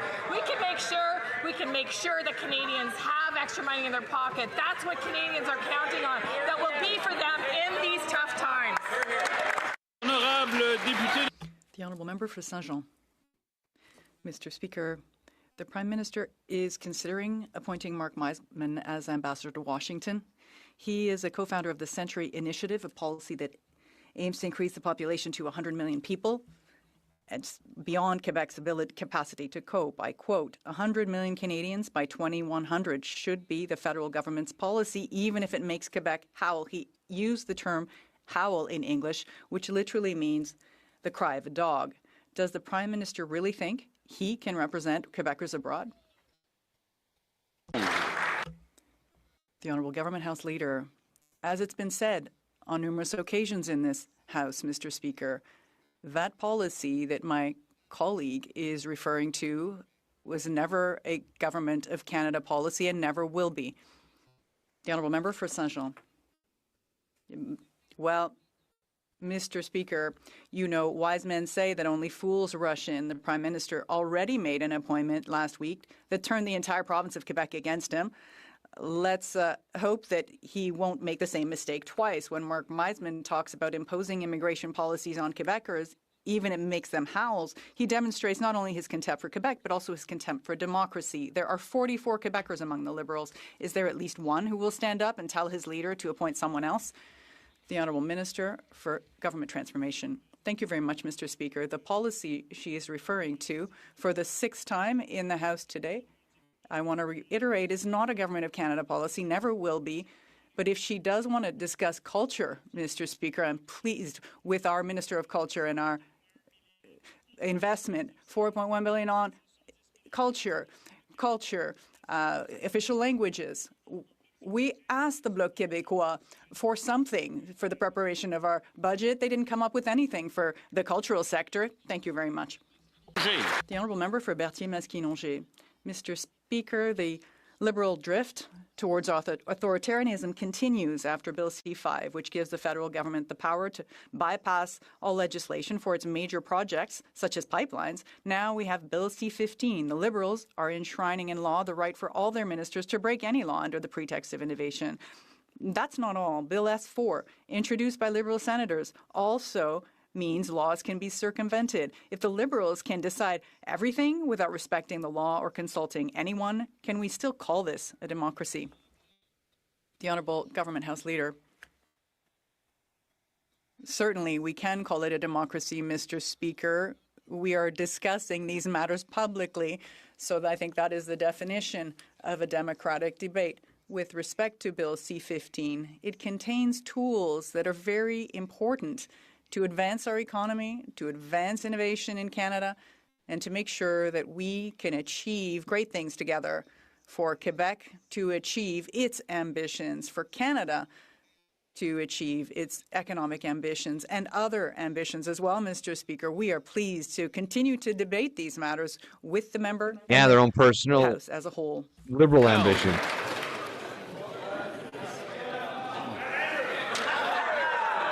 Speaker, the Prime Minister has a problem.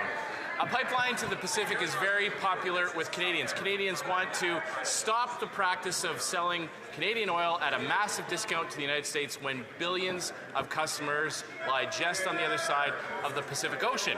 But the Prime Minister has never believed in selling more Canadian energy. He wrote an entire book about leaving Canada's natural resources in the ground, and he cheered on the decision to cancel the Northern Gateway pipeline, and his caucus doesn't support one either. So isn't the real reason why he voted against his own MOU yesterday is he has no intention of actually getting a pipeline built? He just needs to pretend long enough until the next election. The Honourable Parliamentary Secretary to the Minister of Natural Resources. Well, Mr. Speaker, we support a pipeline. We support the whole MOU, which is a careful balancing of the economy, the environment, and it gets us away from the United States as a primary trading partner. And that's great news. It also is a MOU that balances the interests of Indigenous peoples and other jurisdictions. We do not support, and we are happy to vote against, games played by the opposition that make a pipeline less likely. That the Leader of the Opposition would do this is ridiculous. It lets Alberta down, but I shouldn't be surprised. Being elected in Battle River does not an Albertan make.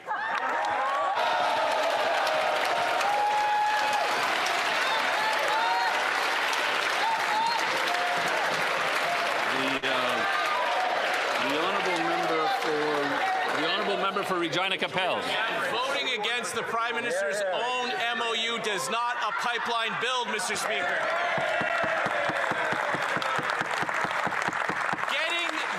MOU through his own caucus should have been the easy part of the process. This self-declared master negotiator couldn't even do that.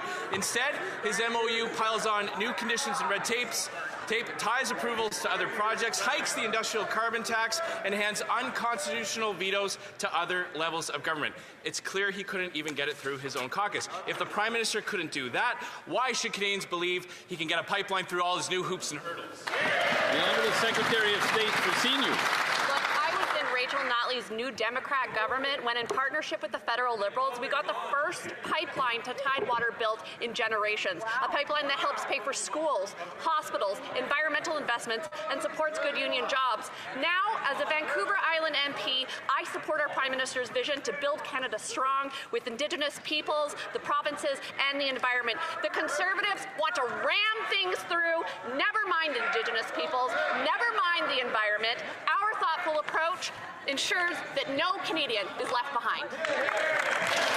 Ramming things through like hate crime legislation. We found out that the Prime Minister spent almost $800,000 on a one-day taxpayer escape to Egypt to take a photo and not sign an agreement. Struggling Canadians are lining up at food banks, skipping meals, while the Prime Minister takes their money and skips town. We know that this is second nature for the Prime Minister to live large on other people's dime, but can he at least stand up today and explain to hungry Canadians why he treats their tax dollars like his personal travel fund? The Honourable Government House Leader. Mr. Speaker, once again, I know the Honourable Deputy Leader of the Conservative Party is not suggesting that the Prime Minister of Canada should not have joined with dozens of his international counterparts for as auspicious an event as the commemoration of a ceasefire in the Middle East, an issue upon which, I might add, she has had a lot to say over the last little while. The Prime Minister of Canada represents Canadians proudly, and Canadians are proud when our Prime Minister attends these events and does incredible business with his counterparts from all around the world. The Honourable Member for Thornhill. I will tell that member that that agreement was signed despite the Prime Minister, not because of him. And I'd like to remind the Prime Minister also that in the Toronto food banks got over 4 million visits last year, and they're going to get even more when the price of groceries rises $1,000 per family next year. Will the government kill the industrial carbon tax, the packaging tax, the new fuel tax, so Canadians can afford food, or will he hop on another plane and avoid answering questions in this place altogether? The Honourable Minister of Jobs and Families. The opposition wants to talk about nonsense taxes that don't exist on food, instead of supporting the very things that Canadians have told us time and again they want. They want a Canada Child benefit that's indexed to inflation. They want seniors benefits that are indexed to inflation. They want to make sure, in fact, I think almost all mothers want to make sure that children get healthy food in schools, but not these Conservatives, Mr. Speaker. They want to stand in the way of the very things that Canadians know help them at this time. Honourable member for Haldimand, Norfolk. The Prime Minister promised to bring down the price of groceries. A family where I live in Haldimand, Norfolk, reached out to me in desperation. Despite a decent income, they said that they can barely afford groceries for their family and their household. When the Liberals took office in 2015, the average weekly grocery bill was $159. A decade later, it has more than doubled to over $338. Wow. So when will this Prime Minister cut the hidden food taxes so that Canadians can afford to feed their families? The Honourable Secretary of State for Children and Youth. I got it. Thank you, Mr. Speaker. Once again, members opposite are focused on imaginary taxes. On this side of the House, we are continuing to invest in Canadians and the supports that they need, including the Canada Child benefit, which is pegged to inflation and worth up to $8,000 per child under 6 years old. In this country. So on this side of the House, we will continue to invest in Canadians and the supports that they need, and we would encourage the members opposite to show a little more support for those programs as well. Thank you. Honourable member for Haldimand, Norfolk. Mr. Speaker, there's nothing imaginary about the hunger pains that many Canadians are feeling. Many families are also financially squeezed with a mortgage payment and utility bills, which are rising faster than they can keep up with. These pressures have worsened under the Liberals with the rise in the industrial carbon tax, the packaging tax, and the new fuel tax. All of these hidden taxes are driving up the cost of food. When will the Liberals stop their inflationary spending and cut these hidden food taxes so that Canadians can afford to eat? The Honourable Secretary of State for Children and Youth. Merci, Monsieur le Président. Thank you, Mr. Speaker. It is clear that we don't want any family to have a hard time feeding themselves, and that's why, in fact, we invest in programs and supports for families precisely so that they can put food on the table and also have school food through the school food program. At the same time, we are creating jobs. This is what Canadians really need, and this is something we're noticing. Over the last 3 months has been an increase in the number of jobs. Member for Brandon Souris. Food bank usage is at an all-time high this holiday season in Manitoba and across the country. Harvest Manitoba's latest report shows that 60,000 Manitobans are relying on food banks every month, and almost 50% of them are families with young children. This is what a decade of food packaging taxes, fuel standards, and a rising industrial carbon tax have done to Canadians. So, Mr. Speaker, my question to the Prime Minister is simple. When will his Liberals finally stop their inflationary spending and cut hidden food taxes so that Canadians can afford to eat this Christmas? The Honourable Minister for Northern and Arctic Affairs. Mr. Speaker, the member opposite is from Manitoba, and if he's listening to Manitobans, he would hear that Manitobans are happy with what our government is doing. We're seeing $10 a day daycare for northern Arctic communities. We're also seeing the National Food Program. We're seeing investments in housing and infrastructure like never before. We're seeing the child tax benefits supported with increases, GST housing credits, and enhanced benefits for families so that they can heat their homes. Member opposite needs to get on board. The Honourable Member for Pierre Boucher, les Patriotes Verchères. Mr. Speaker, when Quebecers and our truckers asked the Liberals to put an end to discount drivers, they ignored us. As a result, it's now the Americans who are asking the federal government to get a move on. I quote the embassy, simply targeting companies allows individuals who commit violations to create a new company under a new name. Mr. Speaker, there are 10 steps to take. The most obvious is to prevent temporary immigrants from entering the trucking industry. It's a step. That is the minimum. When will the Liberals take action? The Honourable Minister of Transport. Mr. Speaker, my honourable friend should speak to the Association des Camionneurs du Québec, who welcome the work of the government, the work of my colleague, the Minister for Labour, myself, and the Minister of Finance. We've instituted a number of measures specifically to put an end to this relic of the Harper days, where there were these discount drivers on the roads, and it was made possible. Now, Mr. Speaker, we've taken a number of steps to eliminate this. We are working in cooperation with the provinces, and the member Funny should how he also keeps saying welcome it's a these Harper efforts. problem, but it only The started honourable happening member under for the Pierre Liberals. Rocher, Les Patriotes Verchères. Mr. Speaker, the Association des Camionneurs du Québec support our 10 measures. How many have the Liberals brought in? 1. The Liberals are doing nothing because they are infiltrated top to bottom by these discount drivers. The Prime Minister had, as an organizer and donor in his campaign, the spokesperson for a new association defending these low-cost drivers. Not 1, not 2, but 10 Liberal members showed up at that convention, establishing that organization in 2023. They received donations from the promoters of discount drivers. Now the Liberals have to make a choice. Are they going to protect people on the road, or are they going to continue to protect these discount drivers? The Honourable Minister of Transport. Mr. Speaker, this government has implemented far more than a single measure, Mr. Speaker. We scrapped the T4A moratorium. We have the sharing of information between the agency and the Labour Department. We made sure that inspections of the Labour work was happening. The Labour Department was on, that there were blitzes. Now we're asking the provinces. We're hoping that they will focus on the certifications, issuance of driver's license, and the rest. That is the work of provinces. The Bloc member want us to take over Quebec areas Sounds to of me like jurisdiction? I don't think so. he's on the grift For Louis there. Saint-Laurent at Thinks Kyawenhak. he may be Mr. compromised. Speaker, in Canadian diplomacy, there is no position more important than that of Canadian ambassador to the United States.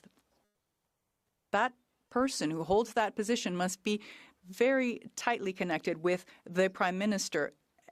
Now we hear Mr. Mike Wiseman might be appointed by the Prime Minister. This individual supports the initiative of the century, namely a population of 100 million by 2100. And he did even worse. He said, even if it makes Quebec howl. Mr. Speaker, why would the government appoint someone who insults Quebecers? The Honourable Minister. Mr. Speaker, with all the appreciation I have for my colleague across the way, the simple fact that he is repeating the very same question his leader asked, just to have a clip on tonight's news, perhaps at 6 p.m. show or maybe with Madame Galipo's show, he knows full well, Mr. Speaker, that public policy, those that he's referring to, have never been the Liberal government's public policies. They will never be. I understand he's trying to make something out of this, but it won't work. The Honourable Member for Louis Saint-Laurent at Kyawenhak. What isn't working is that the architect of this very initiative will be appointed ambassador to the U.S. Even worse, the minister knows full well that this very Mr. Wiseman is an opponent of supply management. So we're not inventing anything by saying that. That's the truth. Imagine the prime... Supply management, hey, like me. Qu'est-ce que le ministre... What will the minister say to explain the appointment of a man who insults Quebecers and then is against supply management? The Honourable Minister. Mr. Speaker, once again, our colleague from Quebec is giving me here an opportunity to inform him of the fact that as recently as last night, I was at an activity held by the Chambers of Commerce of Quebec. I had an opportunity myself to speak with the Vice president of the Dairy Producers of Quebec, and of course we discussed supply management. I was able to reassure my friend in Montreal last night that the government will always defend supply management. We will not be negotiating supply management with the Americans. The Prime Minister was quite clear, and I'm pleased to repeat this here in the House again before you. The honourable member for Brantford, Brant South, Six Nations. Last night at the Justice Committee, Conservatives moved to immediately prioritize Bill C-14 and scrap dangerous Liberal bail laws. And what did the Liberals do? Shamefully, they blocked us. Not once, not twice, 3 times.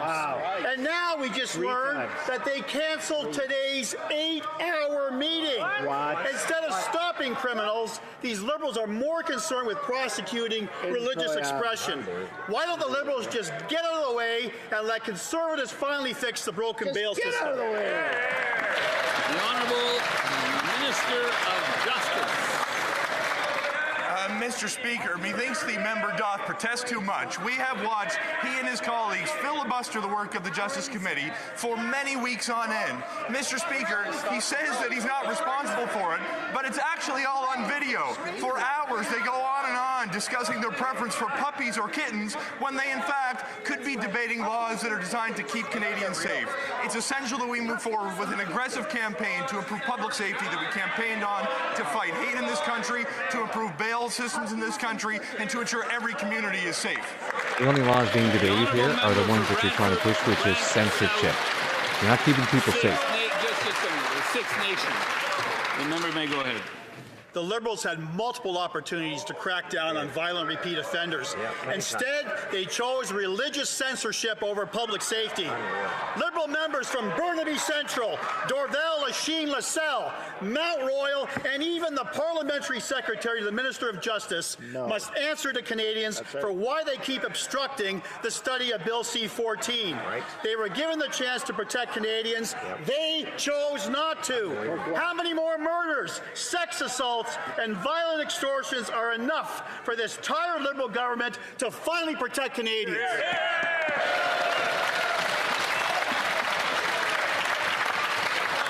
The Honourable Minister of Justice. Mr. Speaker, the speed with which this member will cite these kind of tragic crimes as a political prop is simply beneath this.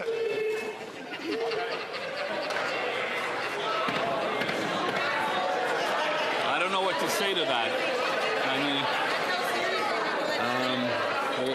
obviously, it's quite clear that I'll allow the minister to start from the top.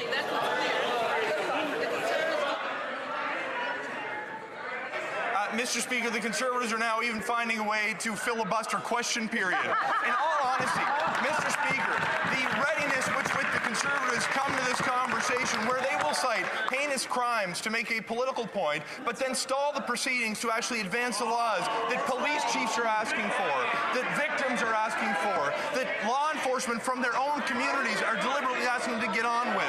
What's getting in the way? So. Because censoring religion is going to keep Canadians safe. There's the problem when yours truly can't hear because there's too much noise, and then I have to stop it because I need to hear what people are saying. So if the Honourable Minister would like to conclude his comments. Mr. Speaker, the excuse they are using now to prevent addressing bail and sentencing is that they won't support measures that are designed to combat hate crimes in this country. We can fight hate. We can keep communities safe. The Conservatives should get out of the way. The Honourable Member for Elgin, St. Thomas, London South.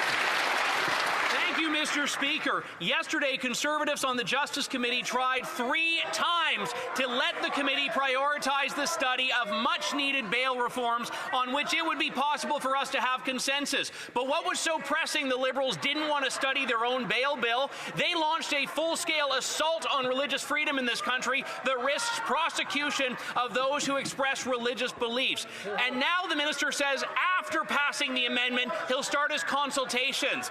This is the minister that said he would rather spend time with his family. Could he do that instead of censoring Canadians?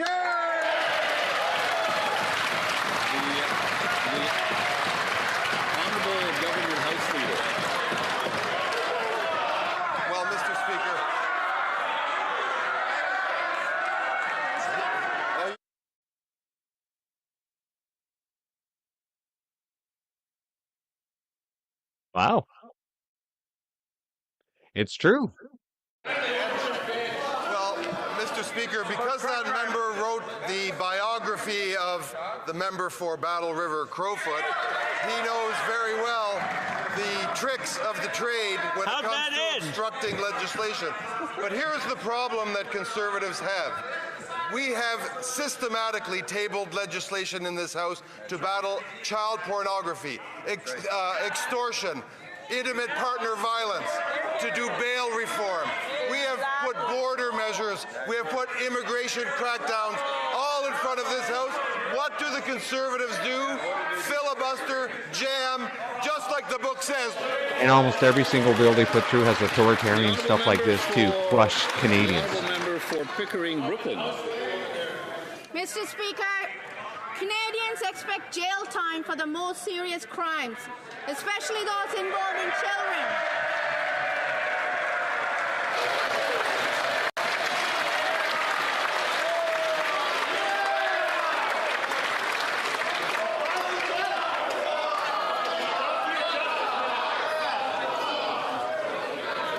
The honourable member for Pickering, Brooklyn.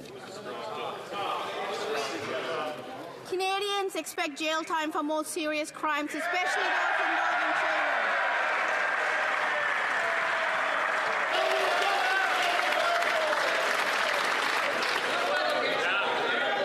Remember your Nova Scotia thing yesterday? Pretty funny. Yeah, I mean, you know, yeah. Sorry, we're too busy silencing religious people to deal with, Because then I could protecting children. I could always upset the order. I could always upset the order of questioning. The honourable member for Pickering, Brooklyn. And they also expect laws that will withstand court scrutiny and and respect the Charter. Can the Minister of Justice inform this House about what the government is doing to preserve strong mandatory minimum penalties for imprisonment while ensuring they remain constitutional and enforceable, please? The Honourable Minister of Justice. Speaker, I want to thank my honourable colleague for her question and her support in advancing the Protecting Victims Act, which treats more seriously femicide in this country, which criminalizes coercive control, and which includes new higher maximum penalties for a range of sexual offenses. In addition, Mr. Speaker, this bill restores mandatory minimum penalties for a range of sexual crimes and trafficking-related crimes that were struck down because they were not constitutionally compliant. We are moving forward with a path that is going to ensure people who commit heinous sexual crimes, including against our kids, spend time behind bars. If only the Conservatives would get out of the way and let this House adopt the law. The honourable member for Mission Matsqui Abbotsford. Mr. Speaker, nearly 1 in 4 British Columbians are food insecure, and food bank usage is soaring. The Prime Minister told Canadians to judge him by grocery prices. Well, the verdict is in. Under this Liberal government, food banks are not just for emergencies anymore. They are now an entrenched lifeline of support. When will these Liberals stop their inflationary spending and cut the hidden taxes on food so Canadians can afford to eat? The Honourable Minister of Veterans Affairs. Mr. Speaker, opposition MPs are too comfortable with fiction and fantasies. British Columbians demand facts and the respect that they can tell the difference.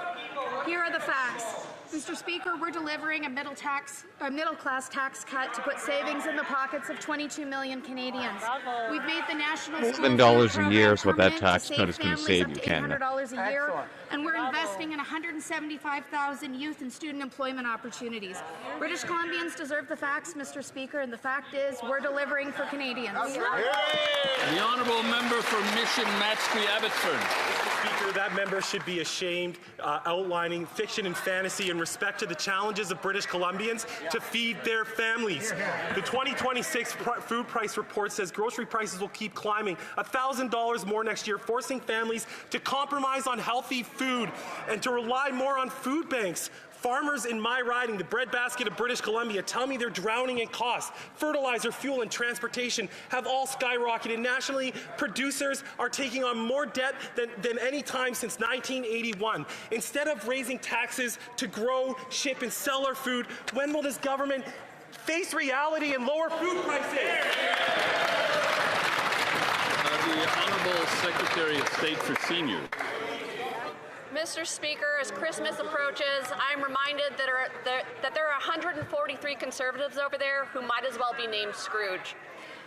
British Columbians on my riding of Esquimalt-Sandwich-Sooke know that Scrooge from Battle River Crowfoot doesn't want to feed hungry children in schools, that Scrooge from Thornhill doesn't want money going to seniors through old age security, that Scrooge from Haldimand Norfolk doesn't want parents to get a check for Can you childcare not benefits. hate liberals enough? That the Conservatives Look at this get a behavior of visit theirs. from the ghosts of Christmas present, past, and future, so that they embrace the Canadian spirit of compassion. They laugh at you, Canada. They're stealing all your money, making people poorer, pushing them into food banks, and they giggle about it. Member for Hamilton East, Stony Creek. While Canadians can't afford to put food on the table, this Liberal Prime Minister spent nearly $800,000 taxpayer dollars chartering a flight to Egypt.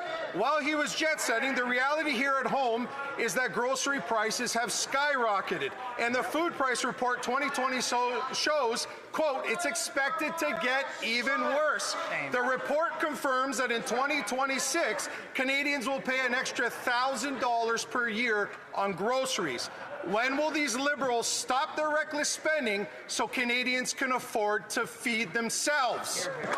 The Honourable Secretary of State for Labour. Mr. Speaker, creating opportunities. And let me tell that member, jobs are up in this country, Mr. Speaker. Wages are up. Growth is up.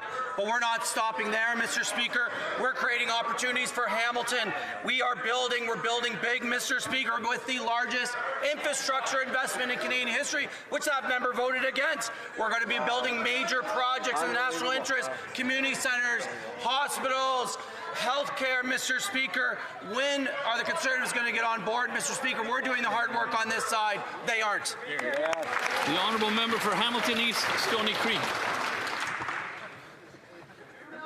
Mr. Speaker, I'd like to remind the member from Hamilton over there that instead of chirping us and heckling us, he should go visit a food bank in Hamilton.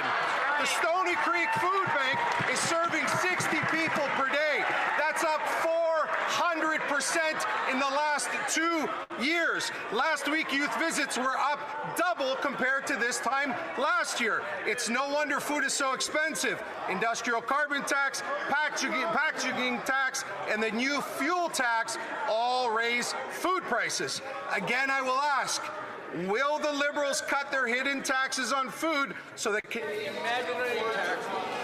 The Secretary of State for Labour. Mr. Speaker, record in this House speaks volumes, Mr. Speaker. That party has voted against every affordability measure this side of the House has brought forward. They voted against dental care, which is helping Canadians get to the dentist. Mr. Speaker, the Canada Child Benefit, which gives checks to parents to help their kids with food and clothing. Mr. Speaker, build Canada Homes. We'll never answer your questions. We will just repeat all the socialism that we were spending a ton of money on while stealing the rest of the money. They come in here, they say they support affordability, but they don't. Honourable Member for Airdrie Cochrane. Mr. Speaker, Heather from Airdrie is a senior who has worked in Canada since she was 13 years old. And she and her husband paid their dues, but now after a lifetime of contributing, they are, and I quote, next to having to use the food bank just to get by. It's unacceptable that after 10 long years of this Liberal government, seniors who built this country can't even afford groceries. Yep. When will this Prime Minister axe his inflationary spending, his industrial carbon tax, his fuel tax, and his food packaging tax so Canadians can afford to eat? That's right. The Honourable Minister for Emergency Management and Community Resilience. Mr. Speaker, the industrial carbon tax has next to zero impact on the cost of food. School food It used to be no effect. Now it's next to zero. for many families, but the Conservatives voted against it, just like they voted against childcare, dental care, and affordable housing. Day after day, we hear the Conservatives talk about making life more affordable for Canadians. So why do they keep voting against the things that would do exactly that? The Honourable Member for Airdrie Cochrane. Well, there's a lot of people struggling in this country who would beg to differ. I'll talk to you about Justin, a middle-class dad from Airdrie, who says the cost of living crisis is eroding middle-class stability, with families being squeezed by soaring housing, grocery, utility, and fuel prices. And that's all because the Liberal industrial carbon tax, the fuel tax, the food packaging tax have increased the cost to grow, to ship, and to sell everything that Canadians need. So why won't this Prime Minister finally axe his inflationary spending and end his punishing taxes so that Canadians can afford a decent life once again? The Honourable Parliamentary Secretary to the Minister of Natural Resources. Well, Mr. Speaker, Albertans are steady people, sensible people, and they know imaginary taxes are imaginary. They know there's no packaging tax, and they know that wages are growing in this country, and while there is much, much work to do, we are managing a very difficult storm very well, and we welcome the members opposite to help us with that storm instead of whatever this has been today, because this has been wild. But, Mr. Speaker, there is much work to do in this country, and we want them to help. The Honourable Member for Lévis-Lotbinière. Mr. Speaker, at a time when Canadians are having trouble affording food, this Prime Minister spent $736,000 of taxpayer money to go to Egypt. A trip booked at the last minute, which tripled the price. Mr. Speaker, this Prime Minister's carelessness is done at the taxpayer's expense. At a time when next year Canadians will pay $1,000 more to put food on their plates. Will the Liberals end their inflationary spending and get rid of the hidden taxes on food so that Canadians can finally afford to eat? The Honourable Secretary of State.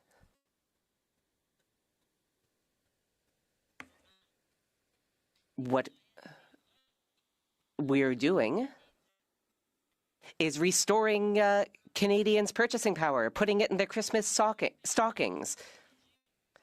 We have put in place a series of measures which will make what daily happened to a costs purchasing power? easier. $10 a day childcare. The Canada Child Did you just Benefit. admit you There's a destroyed whole our bunch of purchasing measures power we are and you're putting in restoring it? place. We are also working hard to improve the economy so that there are good jobs across the country, including in my colleagues' riding. Merry Christmas to everyone. The Honourable Member for Lévis-Lotbinière. Mr. Speaker, out in the real world, food costs have exploded. This week, I heard from Ms. Ouellette that she is spending more on groceries than on her mortgage. Ms. Vallée told me that she has given up meat in order to keep within her budget. And Mr. Hardy said that people are eating chips and soda pop for dinner so that they can make rent.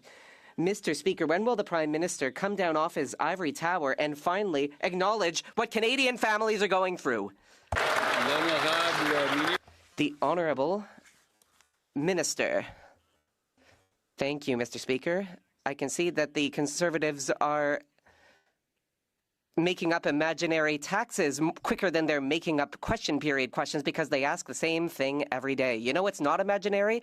The Canada Child Benefit, which has reduced child poverty by 40%. You know what's not imaginary is the poverty Dental everyone is benefit, which facing, 1.5 and you million act like Quebecers have it's not signed your up problem. to. The National School Food Program, which has fed 100,000 of the most vulnerable Quebecers. Jobs are on the rise. That makes opportunity for all Canadians and all Quebecers from all over the country. The Honourable Member for Côte-du-Sud, Rivière-du-Loup, Kataskamik-Témiscouata.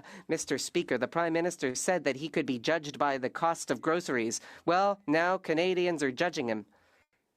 Groceries are twice as expensive as they were 10 years ago, and the most recent food price report said that the price will go up another $1,000 next year for a family of 4. Today, families told me that they have to choose between milk and fruit.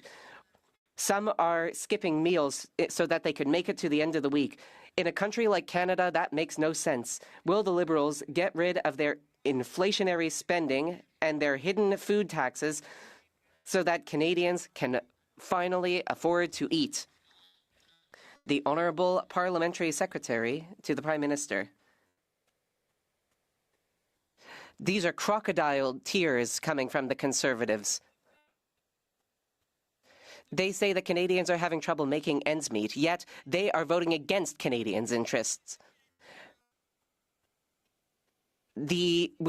index the Canada Child Benefit to inflation. The Conservatives don't like that, and they voted against it. We put in place a dental care program for our young people and for seniors who are struggling. Conservatives voted against that. They're against that program. Why? Because it helps Canadians. Let's be honest. Conservatives do not have the interests of Canadians at heart. Member for Halifax. Mr. Speaker, during the campaign, I knocked on thousands of doors all over Halifax. I constantly heard the same concerns about access to health care. My constituents know that the federal government can and must be part of the solution to the problems in our healthcare system. Could the Minister of Immigration, Refugees and Citizenship inform this House about how our government is contributing to this essential mission? Thank you. Here comes Diab. The Honourable Minister of Immigration, Refugees and Citizenship. Thank you, Mr. Speaker, and I would like to thank my colleague for that question. On Monday, as part of our international talent recruitment strategy, I announced new measures to 1. Rapidly bring over doctors, specialists, and surgeons who are ready to practice in Canada, and 2. Retain foreign doctors who are already taking care of patients in our communities. They admitted Thanks in to this committee plan, they have our been keeping government track will of all the build a doctors and more healthcare workers robust they've been bringing into Canada. So healthcare what the hell is system, she talking one that about? can benefit all Canadians. Thank you. For Dufferin Caledon. For months, Conservatives fought to get the Stellantis contracts released despite the gag order from the Liberals, and now we know why they wanted to hide it. The so-called jobs guarantee that the minister was bragging about in question period only a few weeks ago was for 4,400 full-time employees at Stellantis. Sounds okay, right? Except Stellantis had 8,000 employees at the time the contract was signed. That would allow them to lay off 3,500 workers and still get the money. Is that why they fired 3,000 auto workers in Brampton, took the cash, and sent the jobs to Donald Trump? The Honourable Minister of Industry. We are with our workers in the auto sector that are victims of the unjustified and unjustifiable American tariffs, and will continue to fight for their jobs. When it comes to Stellantis, we had a deal, they broke it, we'll go after the money. Member for Dufferin Caledon. You want to know what's unjustifiable? What's unjustifiable is giving a multinational company $15 billion and getting a job guarantee in the contract that allows the company to fire almost 50% of its workers. Let that sink in. They gave them $15 billion. They were allowed to fire 3,500 workers in Canada and still be in compliance with the contract. My question is this. This is gross negligence. It is incompetence beyond incompetence. How the hell has someone not been fired? Again,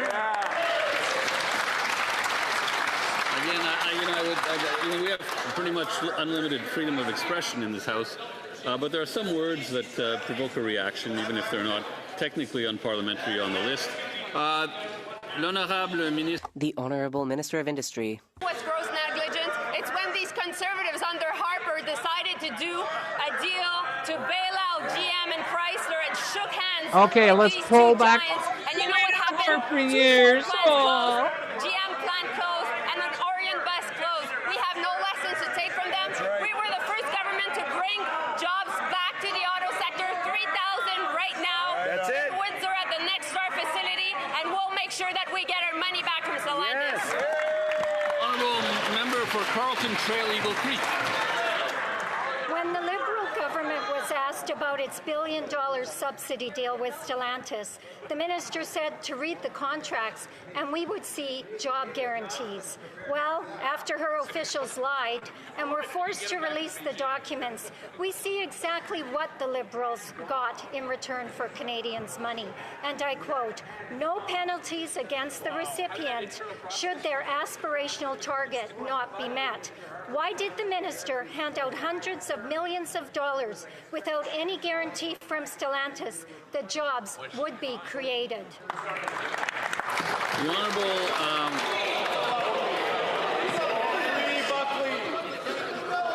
The Honourable the Honourable Secretary of State for this clown here. Rural Development. He's almost as bad as Wayne Long. Mr. Speaker, the minister has answered that question twice already. But I'm not a mathematician, nor am I an economist. But when you talk about investments, I calculate that the Saskatchewan Conservative MPs that we have sent there, the 14 Saskatchewan Conservative MPs that we have sent to Ottawa over the last 10 years, cost us $30,800,000, Mr. Speaker. And the Liberals have cost us $10 million per hour in interest debt charges for accumulating a debt larger than all of the prior governments combined, you Secretary of State.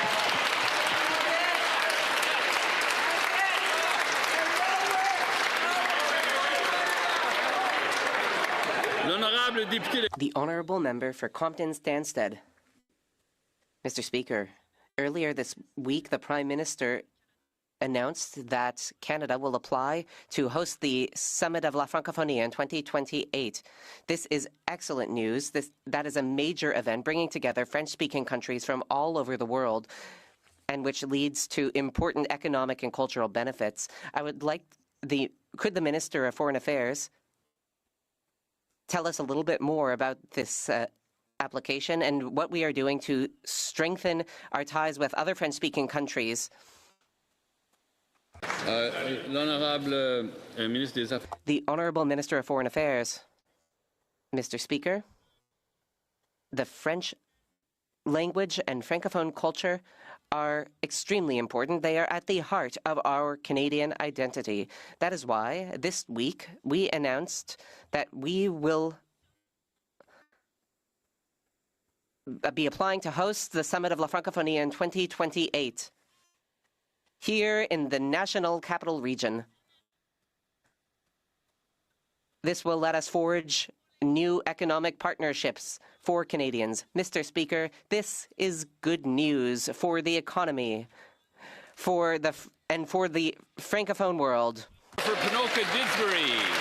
Speaker, I've just returned from Prince Edward Island, where all 10 Charlottetown City Councillors were present and voted unanimously to reject this Liberal government's gun grab. The 10 city councillors in Charlottetown clearly know better than the 4 Liberal MPs from that island. They know that lawful gun owners are not the problem. They know that their police resources are already stretched thin.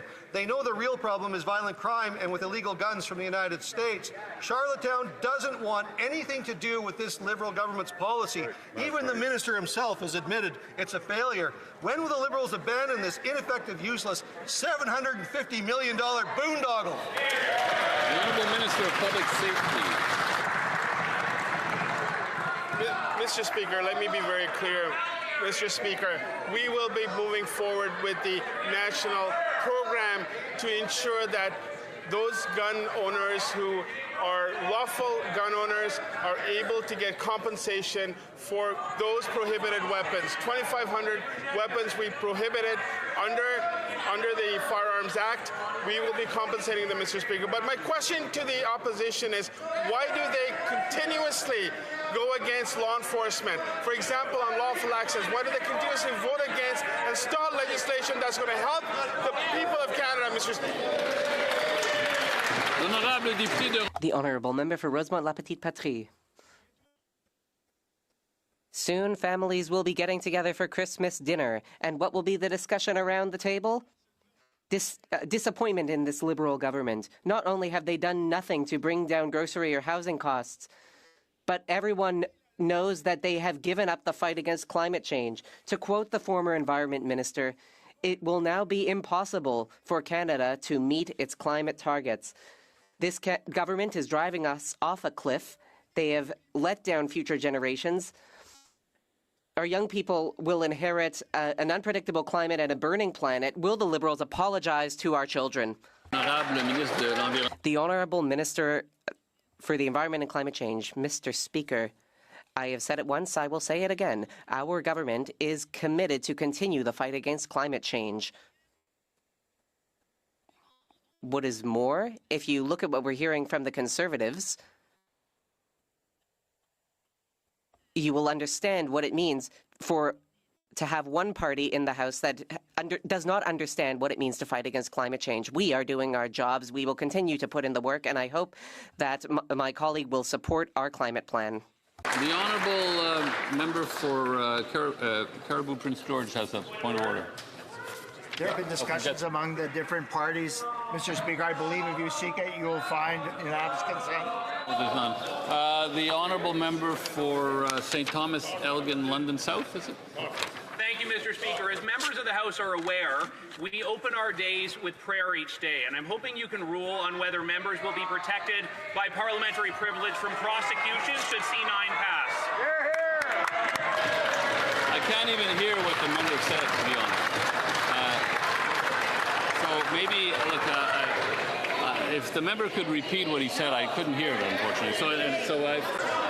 To avoid having the member repeat it a third time, maybe we could have a little more silence across the room. The honourable member for St. Thomas, Elgin, London South. Thank you, Mr. Speaker. As members are aware, we open our days in prayer each day, which is a testament to the spiritual roots of this country. I'm just wondering if you can rule on whether our parliamentary privilege will protect us from prosecution if Bill C9 becomes law.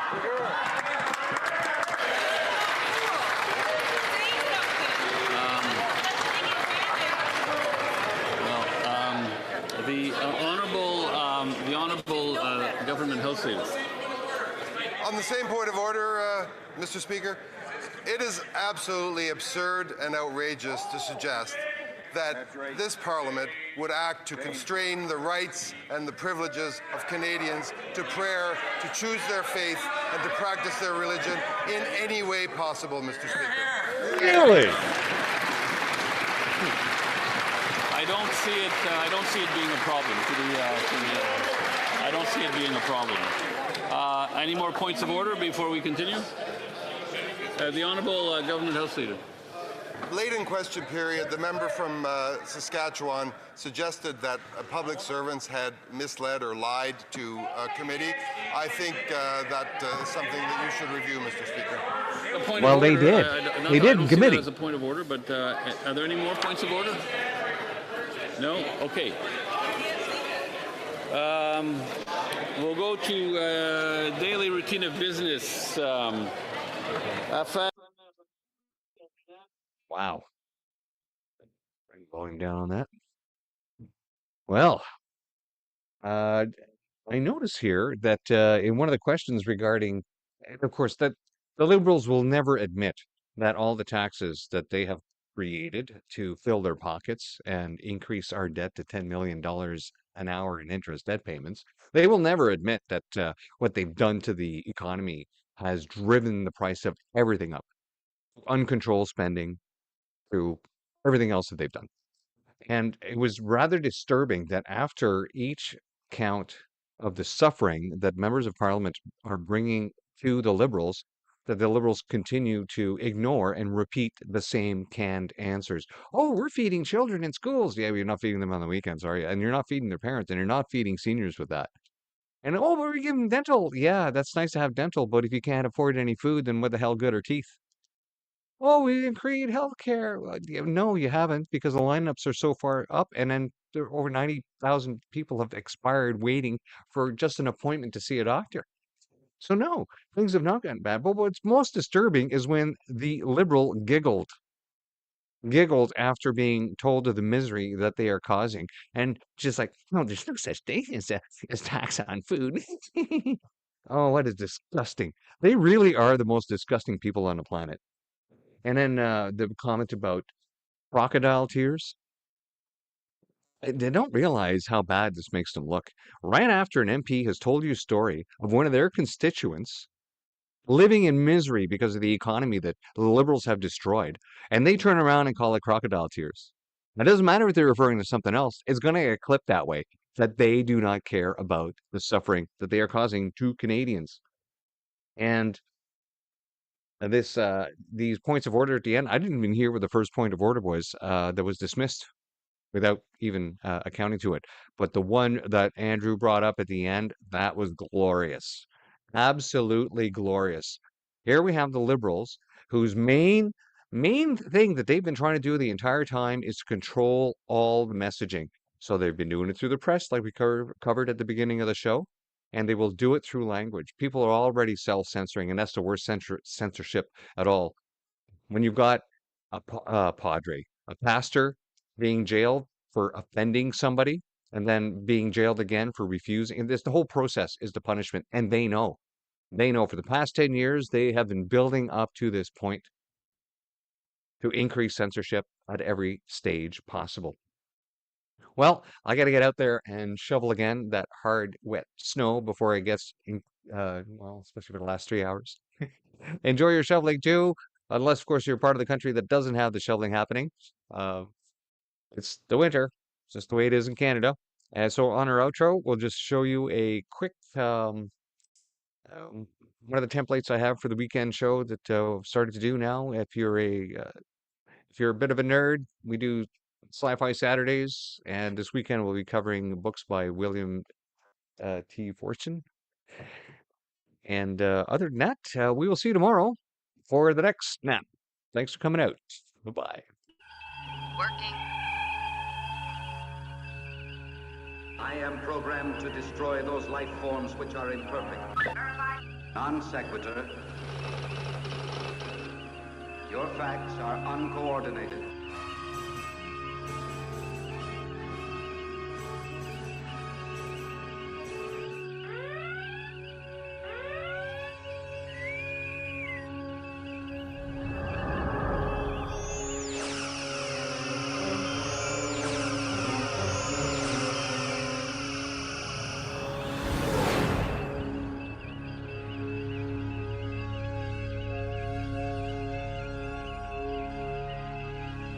Program complete. Enter when ready. At Christmas time, will he do the right thing, get rid of this tax so Canadians can eat? Mr. Speaker, Mr. Speaker, Mr. Speaker. Mr. Speaker, Mr. Speaker. If the Conservatives want the truth, we'll tell them the truth. Mr. Speaker, the grand reveal has been made. Mr. Speaker. And not only did they see it in that speech today, as the Prime Minister stood with the Premier investing in new nuclear to ensure the jobs of today and the future, they know that the youth... The only thing that's revolting are those answers. Speaker, we will take no lessons from these Conservatives.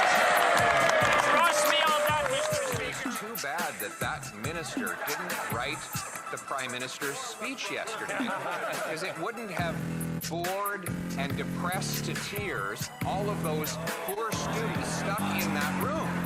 There he spoke about how they would have to sacrifice more and that it would take time to reverse all of the misery that has built up over the last 10 years. Mr. Speaker, young people want to have homes. They want to have jobs. They want to have hope. They want a budget that is affordable so they can have a life that is affordable. Will the Prime Minister introduce that budget so that Canadians can restore the promise of their country? And we decide what comes next. Canada know that this government has their back. It will continue. There's going to be a powerful statement for the young people of Canada. Driving inflation. The more Liberals spend, the more it costs Canadians at the grocery store. 25% of Canadians are using food banks because they can't afford to eat. So when will the Prime Minister finally get his inflationary deficits under control so Canadians can put food on the table? Mr. Speaker, Conservative members pretend to care about food insecurity, but then they call feeding children garbage. Mr. Speaker, what's garbage was that answer. Did the Prime Minister see the ad before it went out? Of course there are too many people living in poverty in Canada, but there are significant initiatives being put in place by this government. Being serious means being honest and telling Canadians. Canada's economy is in fact growing, Mr. Speaker.